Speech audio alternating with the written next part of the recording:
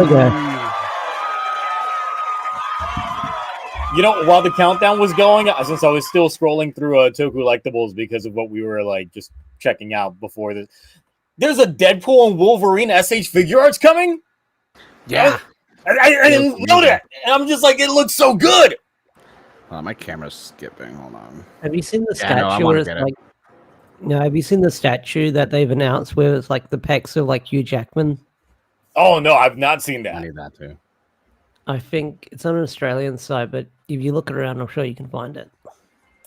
I'm just like, wow, I didn't know I wanted this in my life, but I do now. I see this, I want See it, the figure arts? and it's just like it's really good. Deadpool one's really good. The Wolverine one, let me see. I'm trying to see if they does it have like Maybe you look at the the- pre-orders. I can't see it. you can't, they don't have like just the Hugh Jackman head version. Yeah. Did you hear about the deleted scenes that were cut from the film that had to do with Captain Marvel? No. No, There's big controversy now because Brie Larson is possibly going to pull up Scarlett Johansson and possibly make some legal action because apparently she was in the film for like 10-15 minutes towards Oh the my third act, god. Wow. where her and Deadpool are a fight in space at one point and she throws him back into Earth's atmosphere.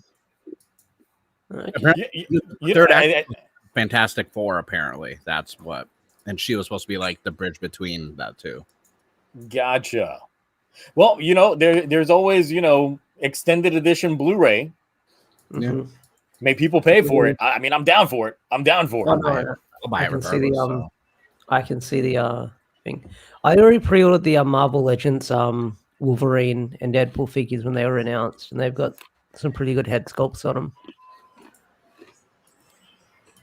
Why didn't they show? I mean, the movie was already over 2 hours long, so I don't really. I think they were testing to see if the audience were willing to. It failed. It failed in the test audience too. That's why they also put it. Then you know what? They can just include it in the Blu-ray. There we go. Unless the special effects just didn't get done. They didn't bother. Like, No, they did. From what I heard, it's in the vault. It's in the Never See the Light of Day vault at Disney. damn, Now. that bad. Not with the 90s Fantastic Four film that I may or may not have on my external hard drive. Well, I mean, it's like, I guess there's no harm in talking some Marvel in the beginning. It's been a slow news week anyway. Yeah. Like, nothing really happened. It's the Deadpool tonic shift. Which Well, I saw it's it. like- I didn't see it last week, but I saw it like the day after the podcast. I mean, we're not going to talk spoilers on anything because we know that No. there's some people that just haven't seen it yet or anything like that. Yeah, well, But, I mean, how are you guys feeling about Robert Downey Jr. coming back as Dr. Doom? I was there when it was announced in person, lost my shit. I don't even care. I'm all for Really? it. Well, Yeah. You sure Like, you it didn't just depends- lose your shit because of the fact that you were there in the same room as RDJ? Or I've been to a lot of those hall ages, so it's like it's better than the time I saw him when he was there as Sherlock Holmes or that other or Doolittle. So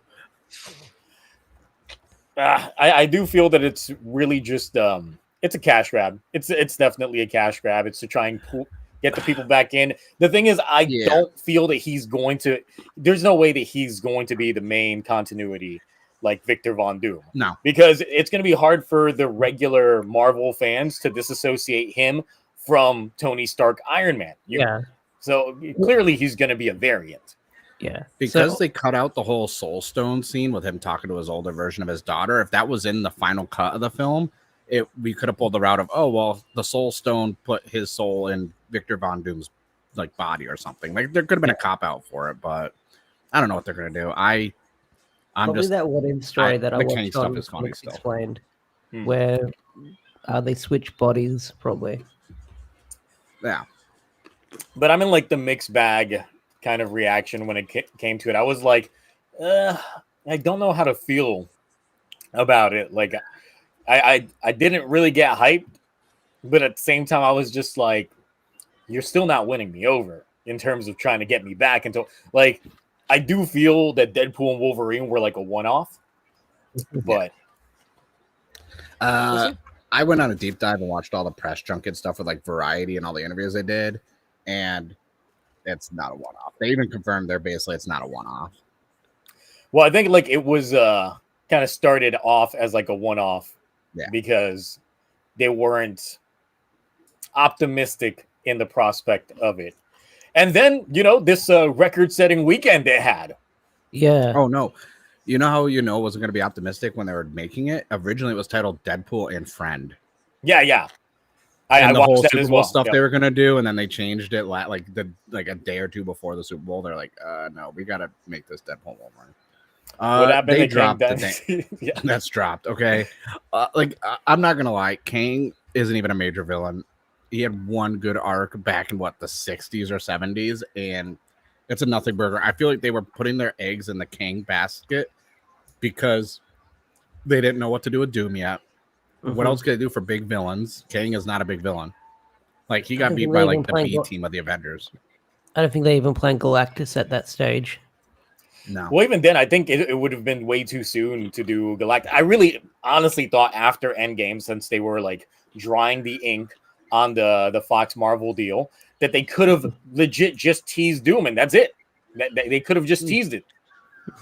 Look how long they teased freaking Thanos, the end of the first Avengers film. Yeah. It took us years to finally get that payoff. They could have just literally done a small tease, and we would have been done with it. Also, let's face it, Ant-Man beat a variant of Kang. His daughter did, who had like barely any powers in that suit, was like nothing. It's like, nah, get this sub boss of a Streets of Rage game out of here. Yeah. So that's our quick Marvel 2 cents, which only took a couple minutes. Yeah. But hey, it's more than what we got in terms of Toku news this week. So hey, just really quick, I got my first Gochizo in the mail this week. Oh, nice. Gimmick quality. Oh, it's a good gimmick. It is? I was shocked. Yeah. They're lightweight. I missed out on this easy gimmick. I have those. I have the Power Ranger movie ones from Toys R Us from Comic-Con. I love those, even though I've never seen the show. I like things I can click. Yeah. Oh, these click. Is that that's Dino Charge, right? Is that what that one's from? I Yeah. forgot to see the name. My memorial revolver arrived like last week as well. Never seen the shows, but that's probably one of my favorite Power Ranger gimmicks, even though I've never seen the show. So how good is the gimmick if you had to rank it amongst the Reiwa gimmicks? I'm gonna put it. I'll put it number 3 because the Wonder Eyed books and their Vice stamps are above it just because they actually make noise, and I like the Wonder Eyed books because let's face it, the more better form ones have like a long drawn out like story that it says when you open it, whereas these don't make noise or anything like that. But oh man, that disappoints me. The fact that they don't make any noise. Yeah, well, I mean, so I guess the belt is the thing that does everything, and the gimmicks just wow. It has like the little computer sensors on the bottom. My light, so I feel like that's how it's going to detect what they are. But yeah, no noise, but I think it's going to be a good gimmick. I'll still get them. I already saw that pre-orders were already dead for like the first set that came with a couple of Legend Riders in there, which I hope you snagged up yours because I saw Blade was part of the set. I already got mine already snagged up. Did you see the Amazon Japan exclusive bundle? No. You get the whole first set and the second set when this drops, whereas the second set's not supposed to come out until later on in September. So you get the second full set of gimmicks almost 3 weeks before they're supposed to come out. The box is amazing. I don't know if you want to pull it up on stream. Like the box looks insane, and I was like, it's up there with the Revis 50th anniversary box they did for like quality, and I was like, damn. I was like, I kind of. No, it's going to be on Amazon Japan, not on. Yeah, US. that's where I am. Is Amazon? Oh no, Japan, someone in chat said US Amazon. So no, as we know, Amazon US is not really going to have coinciding releases with Kamen Rider stuff anymore. Is it the one that says it's like 300 US set? Yeah, with the big box. Yeah, that's like the $300 one.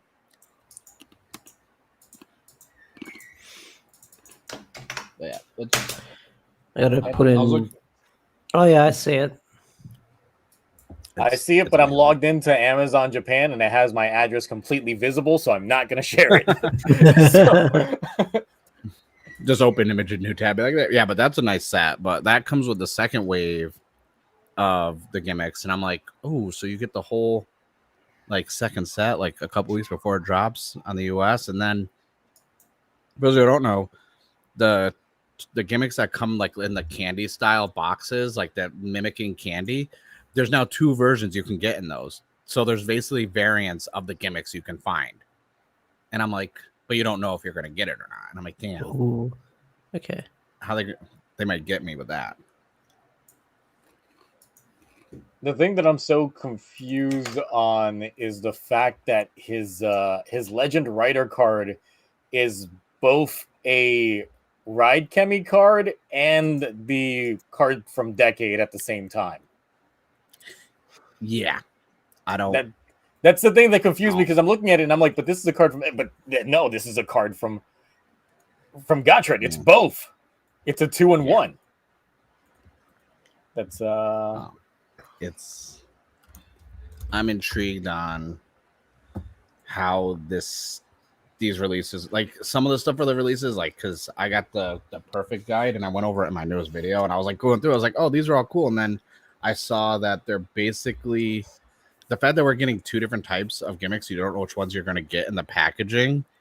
Like, I'm going to be kind of mad if I get one of the like variant versions of it, because it makes basically just angry faces on them. And it's like, well, now I don't have the base one, and I don't understand the the legacy ones they're doing for the gimmicks, because they're doing main riders, and then you got people like Buffa, and then they're doing secondaries already. Yeah, and I'm like, we're getting secondaries. Like, can we just get all like the first wave ones? Because I'm not gonna lie, as a Blade fan, the Blade one looks obnoxious. I love it. How it's like, I was like, why does it look like this? The way that the eyes were looking at it when it was closed, I was like, man, they gave him the herp derp eyes. They did. Just out here going chameleon eyes with it.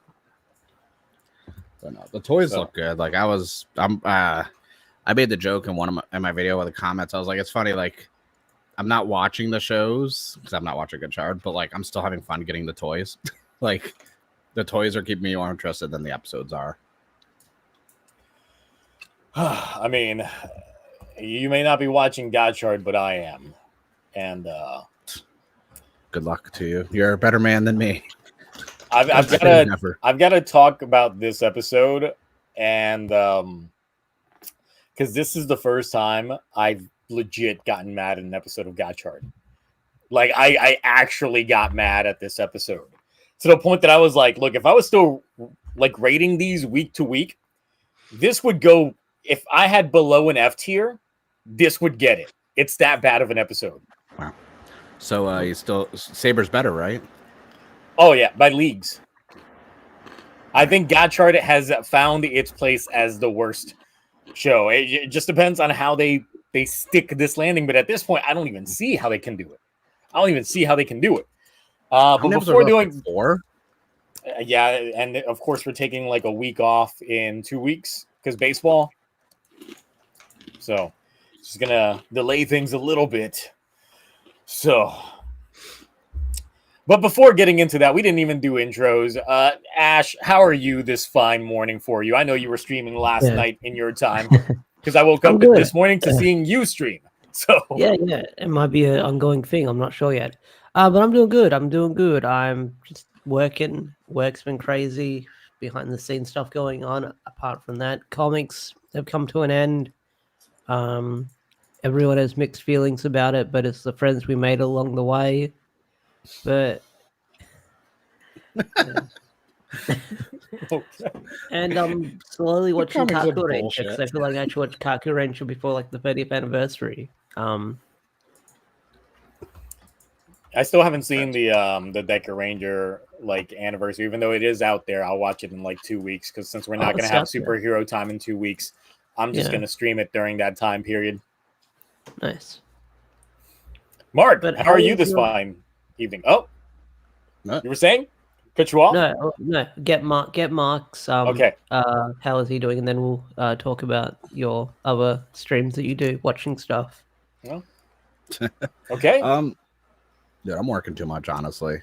It's hot here. You understand, Zio. We get like. Look, I'm rocking a neck fan. Yeah. Like I lowered the speed on it a little bit just so it wouldn't come through too much on the microphone. But yeah, it's hot as fuck. Right. I officially no longer have any clothes that have sleeves when I'm not at work. Sleeves are optional now, but not mandatory anymore. I don't know. It's weird. I've been just kind of like I've been working so much and I've been chipping away at my model kit backlog. So I finally made Wizard, and then obviously getting Gavu stuff in the mail already is kind of throwing me off. I'm waiting for a package from China that is something Kamen Rider related that I have not seen anybody talk about or cover. So I'm really excited. Like, and it's actually licensed items. So I'm like really curious how that's gonna turn out when I get it, whenever I get it, because it cleared customs out of China like 3 days ago, and then it's like it's in the air on an airplane, and that's all I got for an update. So it could be at some point this week. It could be 10. Some people are like, oh, it could take 15 days, 20 days. It'll just get there when it gets there, and I'm like, I just want to show it off. Plus, there's one that has like a possible chance to be a variant, and if I get that, I have to buy a second set because I won't have the complete line because they swap out one of the Kamen Riders for a variant version. Oh, okay. But the toys really like right now. Toku toys are like this Toku that's gonna be bad. It's gonna be a fight this year. I'm already been itemizing. I'm already ready to go. The downside is I get to save a lot of money not buying Power Ranger comic books and all the variant covers because all the stuff they show that's now coming out from Power Ranger comics do not appeal to me. I have no need to even look at them. All these one shots you're talking about? Yeah, one shots, and then I think one of them is going to be like a mini series, and I don't care. Like the main run's done. Like there's a new main run on the way. Apparently, we'll find out this month. Well, on my end, if you haven't noticed, my ride watches have been rotating this entire time. Okay, so it's not just me and the edibles; it's actually been rotating this whole time. Yes, exactly. All right, I'm just making sure because like I went to like a discount store and they had it for like $6 because essentially all they do is sell all the shit that gets returned to Amazon, and then Amazon's like, we can't resell this, so they just sell it at like cheap prices. So you never know what you're gonna find. So I'm not gonna lie, I'm sitting here with the munchies, just like, is that rotating in the corner? Yep. It's just back there moving the entire time. I was like, I gotta get more of these. I gotta find some more. Are you USB powering it, or is it? Do you put batteries in it? It's USB powered or battery powered, but I went USB because I've got a whole bunch of USBs connected in the back for like LEDs and shit like that. So. I assume you have like a fire hazard along that whole. Oh, absolutely. That's why I keep the fire extinguisher nearby that I just used for the opening bit this past week. So, yeah, no, trust me, I have. This is all over here on the other side of the camera, just fire hazard completely. Also, I just realized I didn't know my Megazord was right here. That kind of threw me off because I was like, what the fuck is... Oh, yeah. Giant. Playmates. Or no, that's the Play School one, I think. Because, you know, it's one of those play toy companies that do like the Batman ones you can get and shit. Yeah. Meanwhile, I'm still streaming, obviously, on Twitch. Toku Rewind's going terrible. I hate everything samurai related. It's so fucking bad. It got so bad that when we got to the 3rd episode on Saturday, I redeemed the skip that episode function that I put on there. just to skip the episode. And essentially the way that it works is like if you skip the episode, then you can either just be done with it or choose a completely random other show to replace it, but it has to be the episode number that you're replacing it for. So I just watched pretty much the episode of Down Bros that took its place. I was like, you know what? No, I need something that completely can just suck me out of this moment. Like let's end with some good vibes. So we just went Down Bros. Is Samurai really that bad? It is. It is so goddamn bad. Especially look when you're coming fresh off of watching the Sentai version of it, and you're watching the adaptation right after. It is so bad that because you're literally re-triggering those memories that are fresh in your mind. It's just abysmal. So is it Shinkenger that's the Super Sentai one for that? Yes. So Shinkenger is the one. Are you on Super Samurai yet, or just still on Samurai? We're still on regular Samurai, and we're gonna take a break this weekend because since we reached our goal to do a potential future Toku Rewind picks, where I'm just gonna put a bunch of random Tokus that I've been acquiring on a wheel, and we're just gonna watch the first episode of 6. I can't stream that shit. You can do the shows. You just can't do the movie. The shows themselves are only like 10 minutes long. Can you do Giga on like Twitch or Rumble? Not Twitch or Rumble or Kick? I'll do Giga on Kick. In the movies, I don't give a shit. Like, I'll do it. Have they said when the Gabu press conference is? No, I don't believe so. I've not seen anything about the press conference. No, it hasn't. It hasn't. There's no date yet. Since the movie is still making its rounds in the theaters and it's getting high praise, you know what Gotchard should have been, essentially. Then I'm thinking they're waiting until the high is dropped, and then they can start talking about the press conference and getting into those details now. Let me see what Musa Muteki has over here.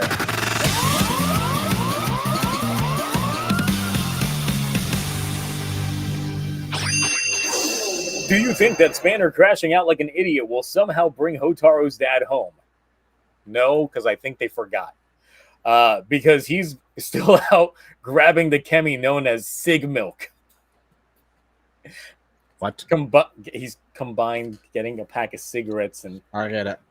Yeah. You know, so I didn't see the super chat part, so I thought you actually said that was a Kemi name, and I'm like, that'd be hilarious. It's just like a Kemi, but holding a carton of milk and smoking a cigarette. But it sounds like Mega Man from Captain N. What's up, guys? I have Sig Milk. Captain N. For those that don't know, in Captain N, Mega Man had like bad chain smoker's voice for some goddamn reason. Smoker voices sound like this. He would just bust in, like just literally bust through a wall and be like, "Hey guys, what's going on?" It's so bad. So yeah, I guess I've been avoiding this long enough. So let me bring you guys up to speed on what happened with Gotchard this week. Because so last week it ended with essentially some VTuber outing the Alchemist Society and all that stuff and exposing people to you know what's been happening before. This episode opens up that apparently there's like this dark cloud, storm cloud thing that's bringing everyone's memories back. So if you had your memories erased, this somehow brings them back. Not only does it bring the memories back, but if you happen to have had footage of the Kemis on, say, like your phone or the internet, somehow they just resurfaced. So I don't know how it manages to bring back footage from phones and shit that people have of Kemis, but they just start having it all. So this ends up having people wanting Kemis for themselves. So you start having all the bad people, and several of the actors that we had in like the first like arc or so of Gotchard start making cameo appearances again, which we technically started having previously anyway. And they are essentially targeting Hotaro and the others who've got Kemis because, you know, they're like, oh, you guys got the Kemis, we want them for bad shit. Gotchard gets his card stolen by Galelia. I forget her name, how to pronounce it exactly, but she's the third of the Abyssal Kings. And just the fact of her stealing the one card instantly negates Nijigan, so Rainbow Gotchard, from being a thing. because apparently he needs all of the Kemi cards to have his full potential, which I don't know how that makes any sense because Hotaru doesn't have every Kemi because remember, Rine has some cards, Spanner has some cards. So it's not like Hotaru has all the cards. But you know what they got going on there. We get worse than King Oger and like superhero Senki green screen levels of clipping with Gideon and Atropos in a Rubik's Cube room where he dresses her up like Rine when she was a child to read her the alchemist story that Rine was read back when she was a child as she sits on his lap in this room. It's the most awkward fucking scene ever.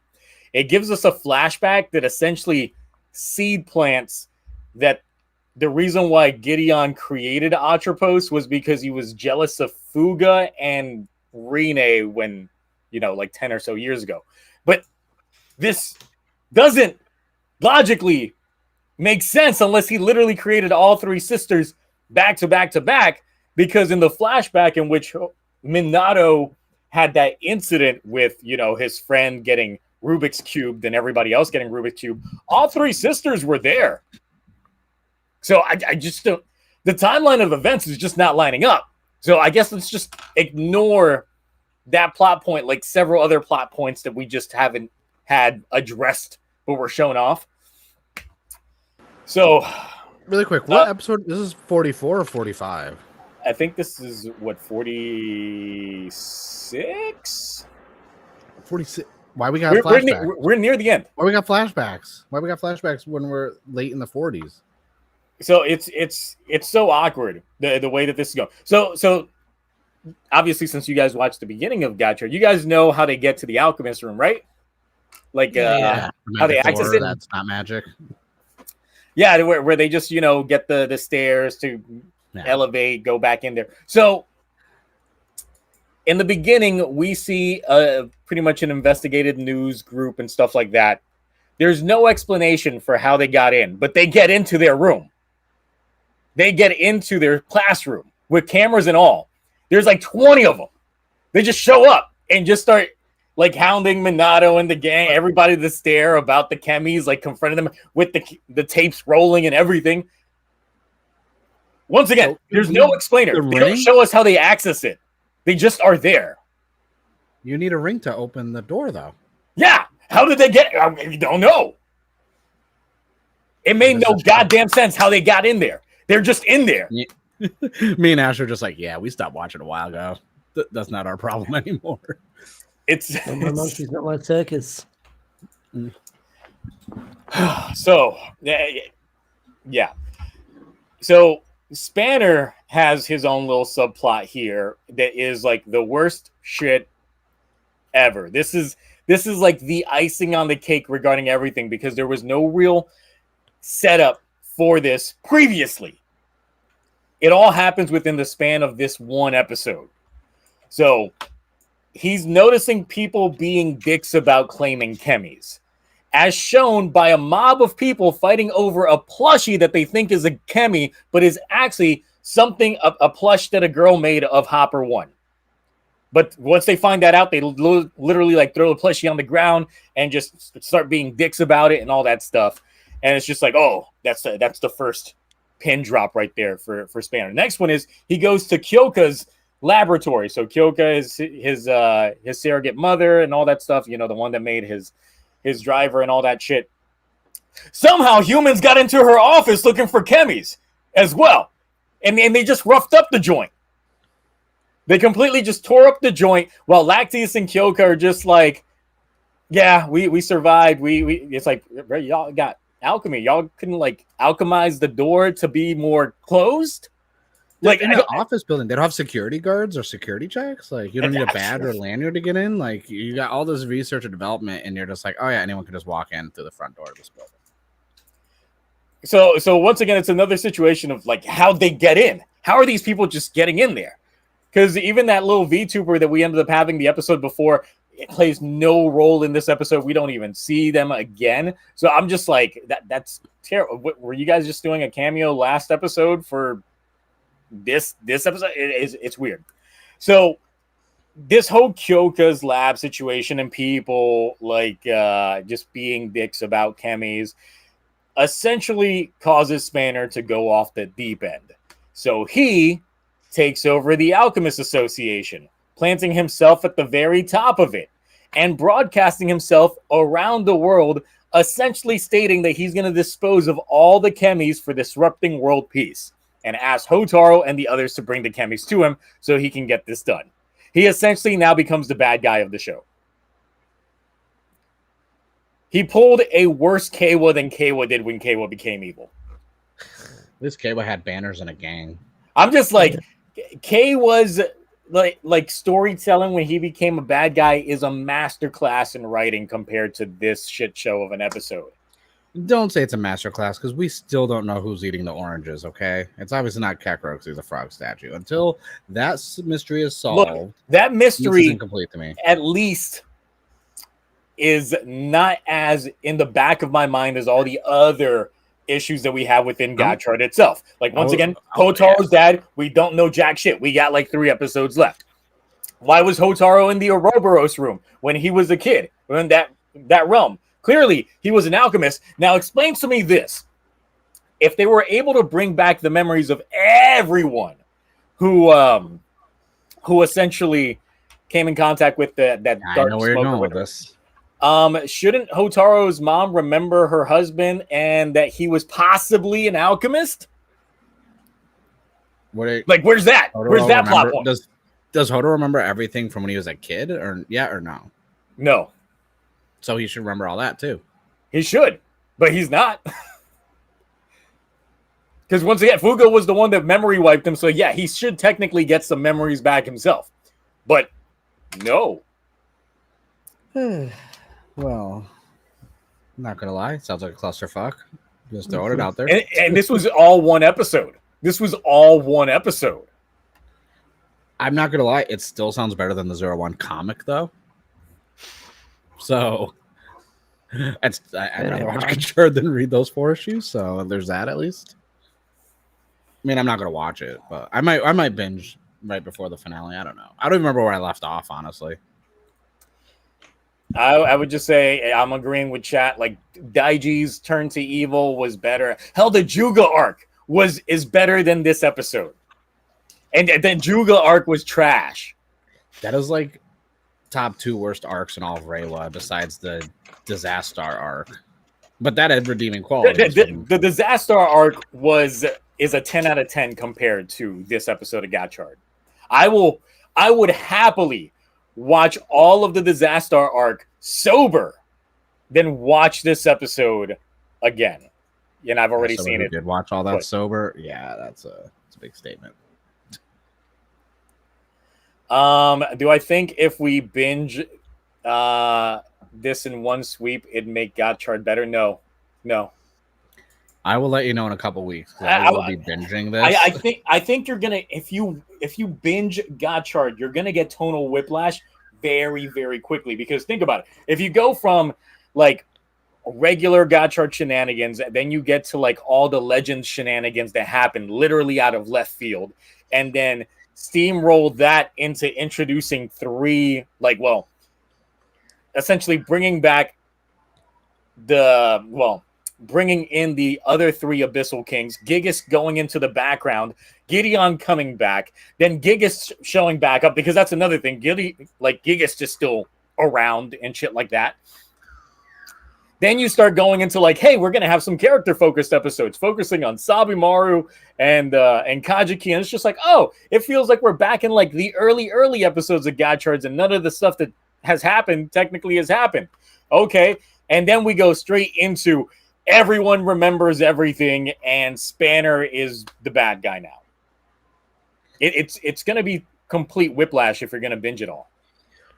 I mean, I feel like I could binge Gotchard because I did binge Dawn Brothers, all of it up until the final episode. And as much as that changed my perspective on reality and my sanity, I I feel like Gotchard I could sit through. The thing is, it's like at least Down Bros, you know you're gonna get insanity. Gotchard is trying to be cohesive and coherent while failing at both. Down Bros is trying to make sure that if you're not on drugs, that you will be by the end of it.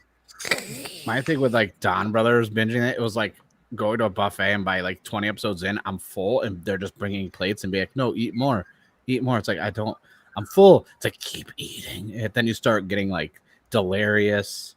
You start like throwing up and shitting your pants at the same time, but you're not sure which hole the stuff is coming out of. And then by the time you hit the final episode, you're just like, that was great. Thank you. I'm going to isolate myself in a dark room for 4 days and not sleep now to fix my brain.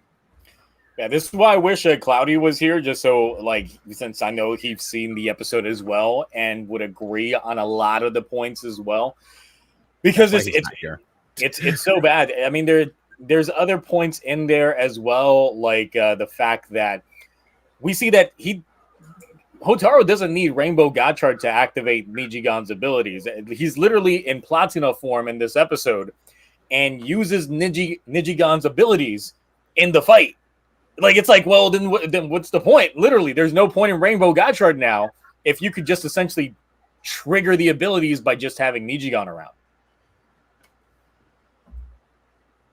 It's so bad. It is so bad. I've never wanted the show to end so badly. Like, it just and obviously because of those 3 episodes that dropped really early for like visibility's sake, I'm just like, man, if only we had something else there to just take away from all this. I feel for the folks that are still covering this week to week in terms of actually making content on it. Which is anyone actually doing it? I think it's only Doctor Rider. I think Trash Toku is the only one that I've seen in my feed, like, still reviewing it. There's on a week-to-week another aspect. person, I forgot their name, and then I discovered another Toku tuber who's not new, but they're finally doing more content. That's been doing a lot of like premium Bandai toy reviews, and I'm just like, oh, nice, good videos. And then I was also like, sucks you're spending that kind of money on these toys, because I would not get all those premium Bandai Geats gimmicks and stuff like that. But at least they did a video, so I can see what the toy is like. I'm like, yeah, I made a good decision not getting those stuff. I do feel like this is one of those shows where if you like it, you either aren't paying attention to the story or you just don't care. You just want, colorful masked hero fighting things going pum, pum, bam, bam, and then that's it. If that's the case, then I've got a Power Ranger season to recommend you. Because you know what, oddly enough, is better than Gotchard, and I never thought I would say this after like his track record post for the last couple of M. Night Shyamalan's Trap was a good movie. He made good film once again. Yeah, with previous 90s heartthrob Josh Hartnett. Yeah, it's actually really good. I was like, ooh, because it's a good time of the year for movies. So I've been just like, I saw Twisters twice. It's coming back to theaters in Cinema 4DX. I can't wait to see Twisters in 4DX. Like, yeah, those are all better than Gotchard. Trying to segue so we don't have to talk about Gotchard anymore. Let me see. If you don't like The Acolyte, then imagine watching Gotchard with more of the problems past 8 episodes. I binged The Acolyte this last week, by the way, because I was curious. Because me and my wife watched the first episode. She's like, oh, this looks kind of cool. My wife never seen anything Star Wars related before. So she was just like, this looks kind of cool. Then she got bored. And I was like, well, I've already watched like the first episode. I have to finish it. And I binged it. It's not. No. Listen, my TV show watching is just like my toy collecting. I finish every line. And I finished it and I was like, it's not nearly as bad as everyone over exaggerated how bad that show was. It's bad. I think if you're connected to the lore, then I think that's what it's hurting people. Yeah, that's if you're connected to the lore, it's bad. And that's the thing. Is like Star Wars is a shared universe. It's not like a multiverse when it comes to Star Wars. So those lore hounds are going to find the issues with it. Which and is I'm a lore hound. And I'm a lore hound because I got into the EU stuff when I was in college. So I read all the EU, like a majority of the EU stuff, especially stuff that had to do with like the Ewoks and the Wookiee stuff. Like was really good, and everything about like Luke post Return of the Jedi. I read all that stuff, so I was really curious. Like, oh, does this really ruin it? I was like, it doesn't ruin it; it just ignores it. Because if you look at it from a perspective standpoint, it's like, oh, I could see how people think this changes the lore, but really, it's just. These people don't understand the Force, and it's a different perspective with the witches that were in it. And I was like, I get it, but it's like the only thing I hated was all the fight choreographs. Like it looked 4K ruins TV shows and movies because you could just see everything looks too bright and too clean. And I'm like, if this was grittier looking visually, it would have been better. I mean, that's the good thing about at least the original trilogy was the fact that even though it's futuristic, it's a lived-in world. It looks like a lived-in world. Yeah. So quickly going back to Gotchard real fast. I tried, everybody. Let me see. Rivali fan says that Gotchard to me feels like the most C-tier show I've ever watched. Like I'll probably forget about this story once Gavu hits. I mean, it varies. There's varying different degrees to it. Folks are saying that Thomas likes the show. Well, I mean, he just does shorts, right? To review it now. Like, that's what he's been doing for a bit. I'm like, you can't really get into a nitty gritty in terms of like the good and the bad if you're doing a minute take on something. It doesn't allow for like proper explanation. Like it's hard for me to try and put thoughts within a minute of something to give proper constructive criticism regarding it, because whether I like it or I dislike it, I got to give you the reasons why I do, other than like the basic points, because I mean that's how constructive criticism works. Otherwise, then your opinions are kind of afterthoughts at that point. It doesn't really feel like it's more like of a reaction than a proper opinion on the state of things. And even then, I'm just like, look, if you're really digging through on this, and I've had some people pop up in my comment section saying that they not really enjoy Gotchard. They just feel that I'm complaining too much about it, even though they themselves would say that it's mid. But it's just like, then what's your issue? Like, I'm giving you valid reasons why I think this is just not that great. And with this latest episode, it kind of just was the icing on the cake for me. So, yeah, Gotchard just not good. Look, I'm willing to debate any proper Gotchard fan regarding it, but I've yet to have one like reach out saying, "Hey, look, diehard Gotchard fan, make some content out here. I've watched everything. I can defend it." And then that'll just go straight into the wheel of names. Bad Toku Takes. Gotchard is peak season, and then just start defending it. It's literally just going to be that. Do you think in 5 years, Gotchard is going to be one of those shows that people are like, it's not too bad, and then people can just bring up screenshots of people like, you were shitting on this like 5 years ago. Not us, but like people. Oh no, not. I think because look at all the people that like turned around on Saber and 01 now, or the people. I know people are defending Ghost now on social media, and I was like, where were you guys when I was saying Ghost was S tier? I got a fucking helmet right there, and everyone's like, oh, like you, how could you like Ghost? And now people are actually defending Ghost. So I was like, with time, I think people are more forgiving for shows. That's with anything, because it's like if you're in the gaming scene, it's like people are now coming out of the woodworks talking about, oh man, yeah, the Wii U was actually a good system. Then why didn't you buy it? No one says that. No one says that. Nobody said that. There are people saying that yes, it's got some great games on there, and it definitely was underutilized for what it had. And all those great games. Zombie U was good. And all those great games when the Switch, the big like, oh yeah, did have great games.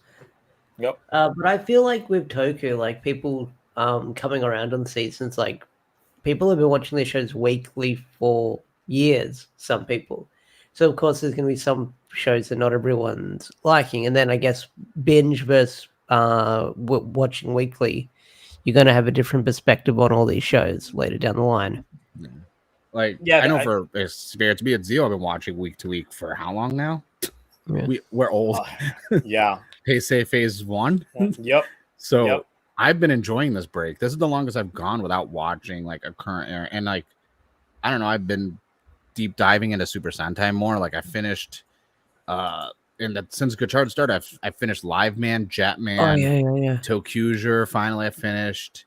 I want to go back and watch. I want to watch Live Man because of Christian's video because it sounds dope. Yeah, it is. Like that's because everyone was gassing up Live Man and Jetman to me. I'm like, all right, and I bought the Live Man SMP like robos and stuff, and I was like, why am I buying robos for shows I haven't seen? I should probably like check these out. Only because the reseller market on them after they come out was like super expensive. And I think next I'm gonna go into Kyuuser. That's the one that like Dino Charge was based off, the one that showed up in like King Oger. Because I'm like, I'm curious, what is Prince? What is all this stuff? I want to watch that show. And then I'm gonna go back to Showa stuff eventually, but I'm trying to like get like some Heisei era stuff, some Showa stuff in there. It's just a lot because like I'm trying not to binge everything because I forget stuff when I binge stuff. No, that's what happened with me and Build. I was watching Build when I had to stay at my mum's for like 2 weeks because of the house and no power, and I just watched almost all of Build within like the span of a week, and then I stopped when I moved back at home. I didn't finish Build. I got up to episode 30. I was getting good. I see people in the chat gassing up Flashman. Flashman was one that I gotta finish watching because that was really good. What was like it? It's got like probably like the best introductory arc that I've ran into in some Sentai. I'm just like, that's good. That's some good shit right there. I'm trying to think of that other one. There's another Sentai everyone kept telling me to check out and like nonstop, and then I forgot what it was because I have all the shows and I was like making a list and I lost it because I was like, because I tell everyone when every once in a while I'll put out like a Super Sentai like update video, like here's where I'm going with what I'm watching, and whenever I get new toys that are Super Sentai, I'm like, yeah, like let me know more seasons to like watch because I haven't. Look, if you're trying to get back into like the martial arts type of stuff, like you got to watch Gekki Ranger. Well, I want to watch Shinkenger and then Ninja at some point. I think watching Gekki Ranger and then Shinkenger back to back is like a good, like good little. Yeah, just because you get the martial arts and then you get the samurais right after. You just skip the Go-Andra in between. You know, you don't gotta watch that. I've been on a Showa kick lately because I went back and started watching like Showa era Godzillas because during Prime Day they had all the 2-pack movies on Blu-ray for Godzilla on sale. So I bought every Godzilla Blu-ray 2-pack they had. I'm like, yeah, I'm gonna watch all these Showa. And then I was like, I haven't watched Showa era Kamen Rider in a while. Maybe I'll watch like Sky Rider or something, or like V3 because I still have the V3 DVD set. I haven't even opened. Oh, by the way, I bought the Geats Blu-ray because it was on sale. I got it for like $42. Just have it in the collection. Just have it in the collection. Hey, we're getting Blazer on Blu-ray, by the way, everyone, with the film. Yeah. With the English dub. And the dub, yeah. I'm going to have to import that because I liked Blazer. Blazer was. It should be on Amazon for you, isn't it? It should be. You don't have. Oh, that's right. Because you're still got to import it technically. Because Mill Creek isn't in. Mill Creek, and I have to get a region-free Blu-ray player. And you got a PlayStation? PlayStation 5. Yeah, it's region-free. No, 4K is a region-free. Blu-rays aren't. Yeah. Oh, that's right. I forgot about that. Yeah, the game's changed with 4K being region-free. Like, even some Australian stores import, like, the shows that are 4K. It's expensive as fuck, but yeah. Maruni Henshin brought up, I forgot. I might have time before the stream is over. I'll run and find it because everything's a mess right now. But I got the San Diego Comic-Con exclusive version of Taiga on Blu-ray for Ultraman. Oh, nice. That was the only thing I hunted down because I didn't get any other Power Ranger comic books and nothing else. And they had, dude, the Ultraman section at Comic-Con, fucking insane. And I was like, man, if only there was like other Japanese superhero shows that like could appeal to people in the West that they could like, you know, maybe promote at conventions. I haven't heard of any though. Yeah, I can't think of any. No. Is Big Hero 6 Japanese? Technically. San Francisco is where they're at? Hey, listen. The fact that Big Hero 6, the comic was so much different than that animated movie. Like, I've seen the comic track video. When are we going to see Akka Red again? I don't know. I think there's still controversies with Toru Furuha, who's the voice of Akka Red. So until all that... What did he do? Oh, Yamcha. Okay, yes. Okay, yeah. We probably won't see him. They'll probably recast him. Which is also just odd, just because guy's already so old already, and I'm just like, damn, getting canceled that badly when you're already that old. It's like shit. Yeah. We'll see how they recast if they do, but I mean they could always just dub over Akka Red with Masahiro Inoue. He can just go ahead and be the decade of both fucking Kamen Rider and Super Sentai now, and just be celebrating the anniversaries of every show. Or they can have Kaito's actor be Akka Red the whole time via time shenanigan. I mean, Akka Red doesn't really take off his He doesn't. It's just a voice, but they can replace it easily. Or they can get the guy that was in that that little mini series that they had for Zenkaiser, Zenkaiser Red, to be him. But yes, I would take a Red Kaito so he could be a proper Red this time, because he wasn't Red for Zenkaiser anyway. So, all right. Anything else we got to talk about when it comes to Gotchard at all? I cannot wait to see if they start releasing more of the complete sets like they did with Daybreak, how he's getting his own set of all the cards with the binder. Because I'm not going to lie, I don't want to get this last EX box set to get the rest of the cards. Like, I'm getting there. Like, I have my guy in Japan, he sent me this stuff, but he's getting me the movie booster pack and a few other things that I'm missing. And I'm just like, I'm just a lot of cards.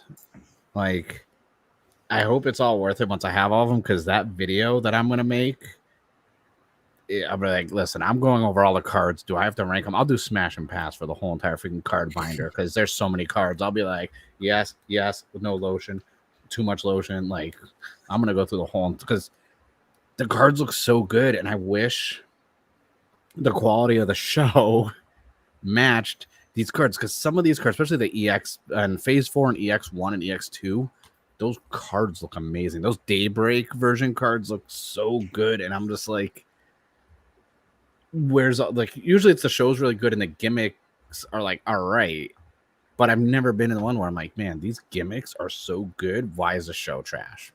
But the show, I mean, and that's my opinion, it doesn't mean the show is trash objectively, personally, because I know everyone can like Toku and Megadon. The Ride Commons video is, I'm working on it. There's a new banner dropping, and I have to get funds on a Japanese card to drop money on it and make the video.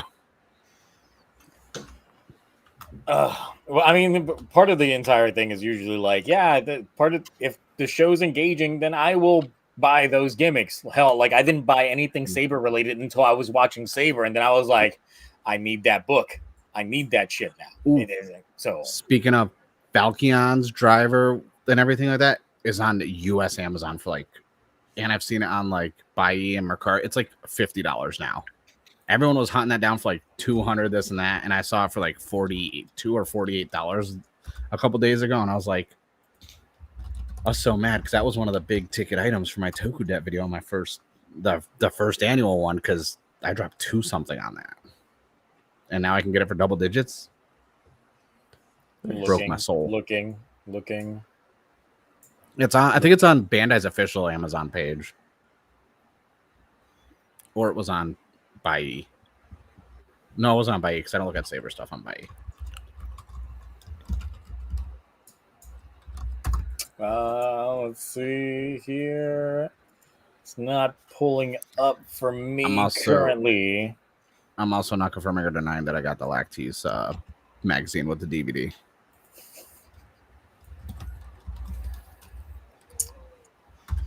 So should have got one. So you ripping that video and gonna put it on the drive, right?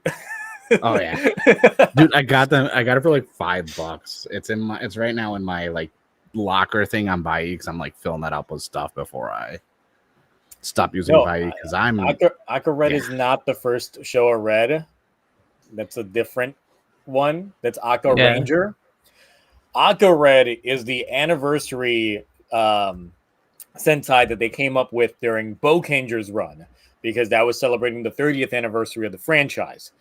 And he's just been popping up since then. He popped up in Gokaiger as a part of Captain Marvelous's backstory.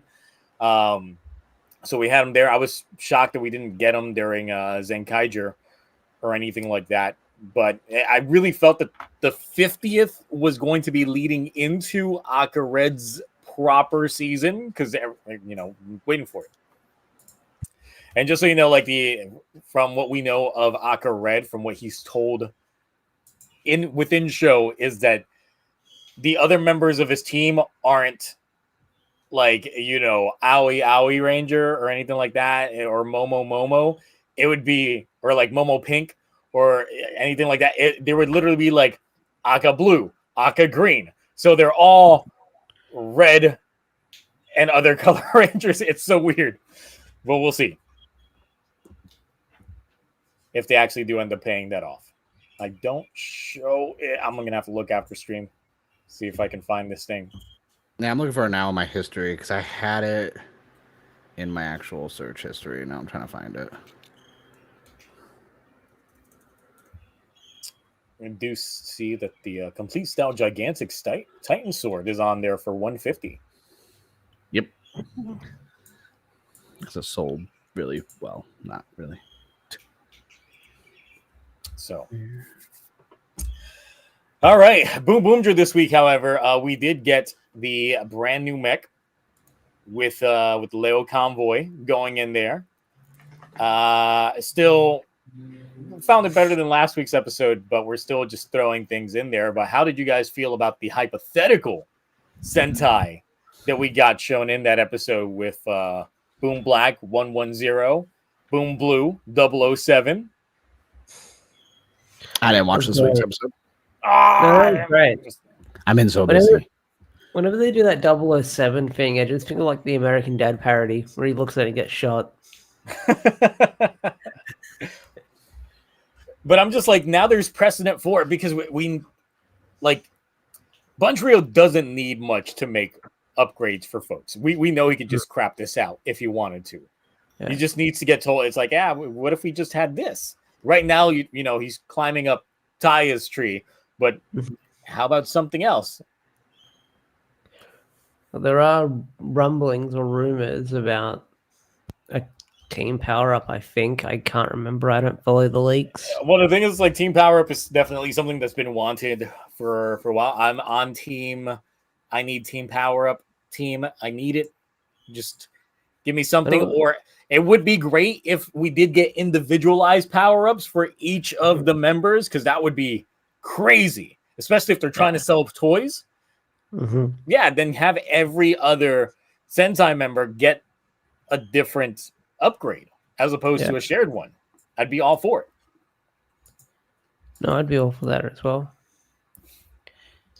Let's see. What they should have done is given us Buna Orange 455 that I put up in my review. It took me like 2.5 hours to throw that shit together,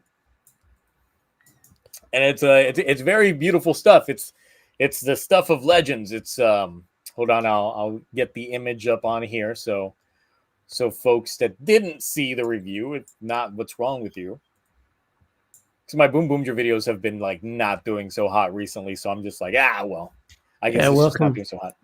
Welcome to my world. Yeah, because when I went to upload this one, I'd seen that my previous one had just broken like 1,000 views, and I'm just like, wow, and it's been up for like 2 weeks, and it sucks. Oh, even if you got it out late, even if you do get them out late, they still manage to do well. Yeah. But yes, Boone Orange 455. Nice. That's some work I put in there. I like how you turned on your microphone, not even saying shit, Mark. I I got nothing. You got nothing. I was just like, I had to do it. I don't know why. The first thought that popped in my head, right, was the mom from The Incredibles. Like they grab him. That's the first thing popped in my head. I was just like, something seemed familiar about this. And then I'm like, let me clear that search history real quick. Yeah, I was just like, what was that pose that was trending like some years back? And then I had to like jog memories, and I was like, Guilty Gear, Jacko, there it is. So I was like, Jacko pose that everybody was doing or trying to do.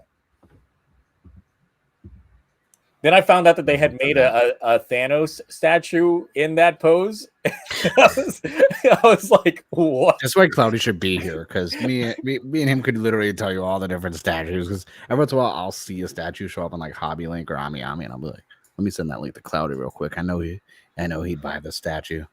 I know he'd appreciate my cart. It's already in my cart. I know he'd do the same. Look, I'll try. I'll try getting Himeno doing that pose for you, Mark. All right, thank you. And then I'll see if I can get someone to 3D render it so you can have the STL filed. Next week, you just see my 3D printer right here, and it's like halfway there. You're like, "What's that, Billy? Don't worry about it." Yep. It's like you modified it to attach. Nope, don't worry about it. Don't question it. Is that a vacuum attachment? No. It's just out there. Don't question it. It's going. Don't come in my room when I'm vacuuming. Jeez. Don't not come in vacuuming. That's the best spoof character ever. Goofy. Like everything about that character. That's why when I watched when I lived with my mate Mason at the time, like him and his ex, they watched all the Scream movies, and I was just like where the living room was and where our computer was set up, I was just like playing Payday or something, maybe. I don't know. I was doing something. But like beat for beat, I could probably just make all this the scary movie jokes as the actual movie's going on. I can't wait. Those are coming back in another 2 years, apparently. Really? Yep. Yeah. Was that from the Giga Leak from Disney? No, that was from the actress that got fired from Scream 7. She said she was open to doing a scary movie, and then apparently that was a thing that it kind of got let out that it was actually like being worked on. Like, I think it's also because like the Wayans brothers, like their kids are now like older, and they don't have the rights to it. They lost it after the third one. Yeah, that's why they weren't in them anymore. Wow. They basically got pushed out of their own franchise they started. It's a whole saga, yeah. Damon started that whole company doing that stuff because he started with "Don't Be a Menace." That was a spoof. Mm-hmm. It's ridiculous. It is. But yeah, any thoughts on Boom Boomger? Then I know Mark, you didn't watch it. But I didn't watch. I've watched everything but this episode. I actually want this toy. I really want that. I do too. That toy. I am waiting for the candy toy version just so it can go with the other ones. But like, it was a struggle not to get the DX Lion because I was like, that thing looks so cool. Seeing all the cars attach on it, this and that, and I'm like, that's probably one of the coolest Sentai toys I've seen in a long time. Yeah, I'm gonna have to get that Lion as well. But yeah, you don't have room, Ash. You don't have room, Ash. Look behind you. I see you adding toys every time you're on stream. But he's got empty shelves still there. That's anime. Like, you've got to keep it the theme of it. Like he has the changers above. Then he's got One Piece right there. Like it's themed. So he can cascade. He can go Toku the other shelf right below it as well. And then shit, I'm gonna start reorganizing their shelves. Like those not those lightning collections, the one at the back, but the always ones behind me I might take out of the box because they're in that fucking blind box collection. I've got Reader back there. I finally got my Reader from Big Bad Boy Toy Stores that came like a year later. Which one? Was it the regular single, like the solo Reader one? Because I know there were like, what, 2 or 3 releases? Yeah. No, there was 2. There was the one with Zen. There was the one with Zen, and then there was the remaster for the 30th anniversary. That's when I got the remaster. Hopefully my Dino Thunder Black will finally come because it was pre-ordered and then it cancelled and then I'm sorry. All right, but yeah, I mean the way that I'm feeling about Boom Boomja right now is that they've got to have a major shakeup soon because it's still feeling like it's playing at the safe route, and I need something to start happening in the show before it just like at least Ambrose was able to throw something crazy into the mix to the point that it was just like I'm still invested, but with Boom Boomja right now, I'm just like I need something to happen currently because everything with this form and all that stuff, we've just no proper lead ups. It's just happening. Well, you brought it up before on one of the streams where we talked about how like, oh, certain things will be happening with like another Toei show. So like, do you think they're kind of not making it overly like crazy right now because Gotchard's winding down? Then we got Gabu's premiere. Do you think that's why it's kind of like playing it safe right now? Because it technically wouldn't be playing it safe until the actual finale of Gotchard. During the finale of Gotchard is when we would get a very low-key episode, potentially flashback episode. And also remember, it's like when it came to King Oger was it peaked in the middle portion of the show. Yeah. The halfway point of the show was like the best point of that show. It was amazing. That was the like Jeremy episode. That was the Ragnarok episode, right? On the with Ragnarok, yeah.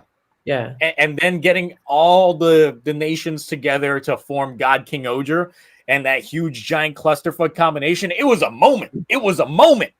Meanwhile, Boom Boomja is just like, I miss Commander Ant. That was the best villain ever. He'll be missed. So I'm just like, I need something that start happening with Boom Boomja because we're at the middle point, and I'm just like, you're starting to flatline now. You're starting to. I need something going on.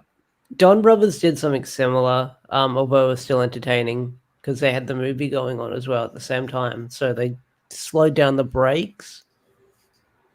They did. They started focusing more on like the second like characters that were introduced specifically for those episodes, but even then those still ended up being very hilarious episodes because I still remember we had the girl that had the obsession with Tsubasa that had the whole room filled with his crap on there.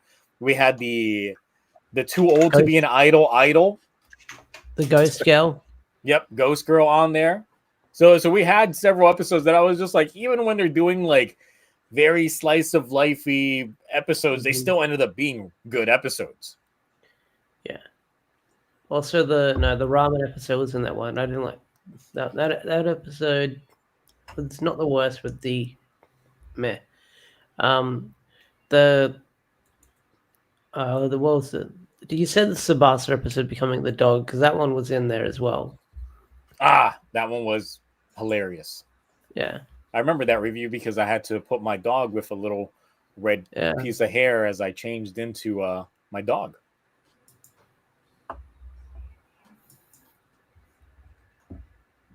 So yeah, I need something to happen with Boom Boomja, like especially with these power-ups. It's like the fact that they've got power-ups, like cool, all right, but Gotchard ain't giving me shit. So I need something to switch the flavor around. So, all right, anything else that happened this week? Anything else? Yeah. You've been watching Power Rangers Samurai, haven't you? Oh no. Sadly. Why? Wait, you don't know about this, do you? I don't know what. Oh my god. Okay. So you like the character Mike, don't you? Oh, I know what you're talking about now. Okay. Beat up that old man. Yeah, he beat up the old man over a parking spot. I mean, how bad is parking where he's at?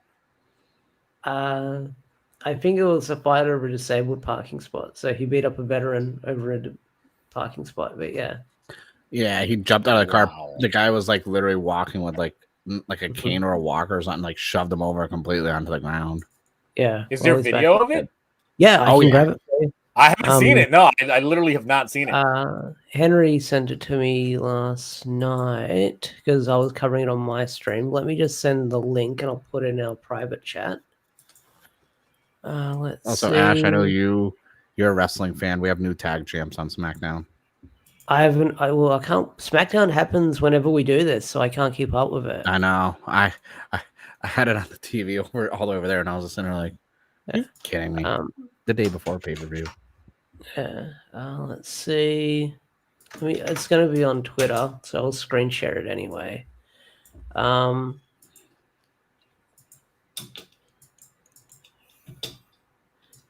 Yeah, I saw Henry's video get recommended to me, but I'm just like, You're not gonna watch it. Yeah. Yeah. That's okay. I'll screen share it now. Share screen. Yes, I understand. Let's proceed. Let's see. Okay, so here's the footage. Can everyone see it? Oh, can everyone see it? Like the guy from Roswell. He does on the right. He looks like the actor from Roswell, the old alien show. All right. Tell me when you're ready to hit play. Go for it. Also, why is he taking a selfie outside of Dollar Tree? No. That's not. He's recording someone that's recording him, so it's just a screenshot. Yeah, but it does look like he's taking a selfie. Might have been a but yeah, here's the altercation.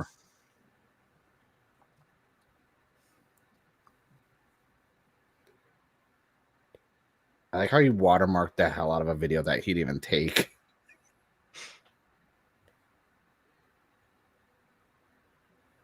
I mean, I can't hear the audio, but No, there's no audio. Okay. There's no audio.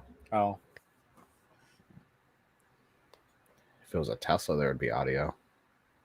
Wait, is he in a handicap parking spot also? Yeah. Not Henry. I didn't notice that part. How do you get? Is he actually handicapped or not? Hector? No. Probably mentally after this, but yeah. But yeah, that footage there with the arrow. He tries putting his leg out to trip him up. You can see here. And then, yeah, looks like it's over. Hold on, go back. Let me move my shiny teeth over here so I can see that properly. Proper chip. Oh yeah, sorry, I forgot you got Chip watching over. So yeah, leg out, tries to put his foot out. Now, apparently the old man was putting like his phone in his walker, so that's why his back was turned, and then yeah.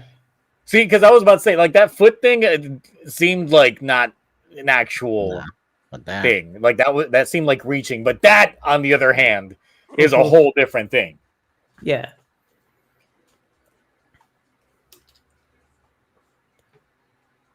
And yeah. What? I don't want to make light of a situation, but what is up with that fit? Like, I'm sorry, like, you're empowering. You ain't got no money, like. He got the extended cab. He got the extended cab truck. Like there's some money. The thing that I've realized from selling very expensive TVs to folks at Best Buy back in the day is that folks that got money dress like they ain't got money. Yeah. Because I met a baseball player without realizing it, because I just thought that he was like just some hick. And turns out, nah, he got signed on, got that contract, and spent like a cool $300K that day. Prime example, Kevin Smith always wears hockey jerseys. Yeah. Yeah, that's just... Yeah. I mean, I saw when this was like on social media, people were, I was like, one, I don't know who that is. Like I said, I never saw, like, I didn't see the comparison photo, like with when he was on Samurai, but like I just saw it and I literally, I'm not even joking, I thought that was the actor that was on Roswell first, because he hasn't really been in anything, and I was like, oh man, he fell off. Like Roswell was a good show, and but that's just So how you have so many man in front of a Dollar Tree? Yeah. Also, like, why is he in the handicap parking spot to begin with? Like, if he's not handicapped, since we can clearly see the handicap parking sign right underneath his truck. So why? The leg thing, I didn't see anything really with the leg thing. That it's not like he was actively looking down, like trying to do some shit. But then afterwards, that was the obvious move. Yeah. Someone asked, did the old man sue him? I think they're looking at pressing legal charges, and from what I've heard, Hector has not turned himself in.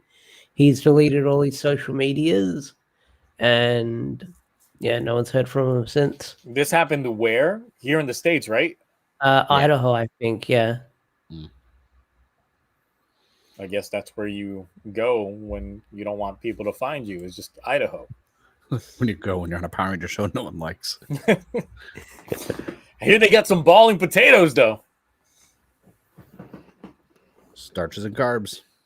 Yeah, not me, not anymore. Used to back in the day. Yeah, would be tearing up some potatoes. I had a loaded mashed potato pizza the other day during Comic-Con.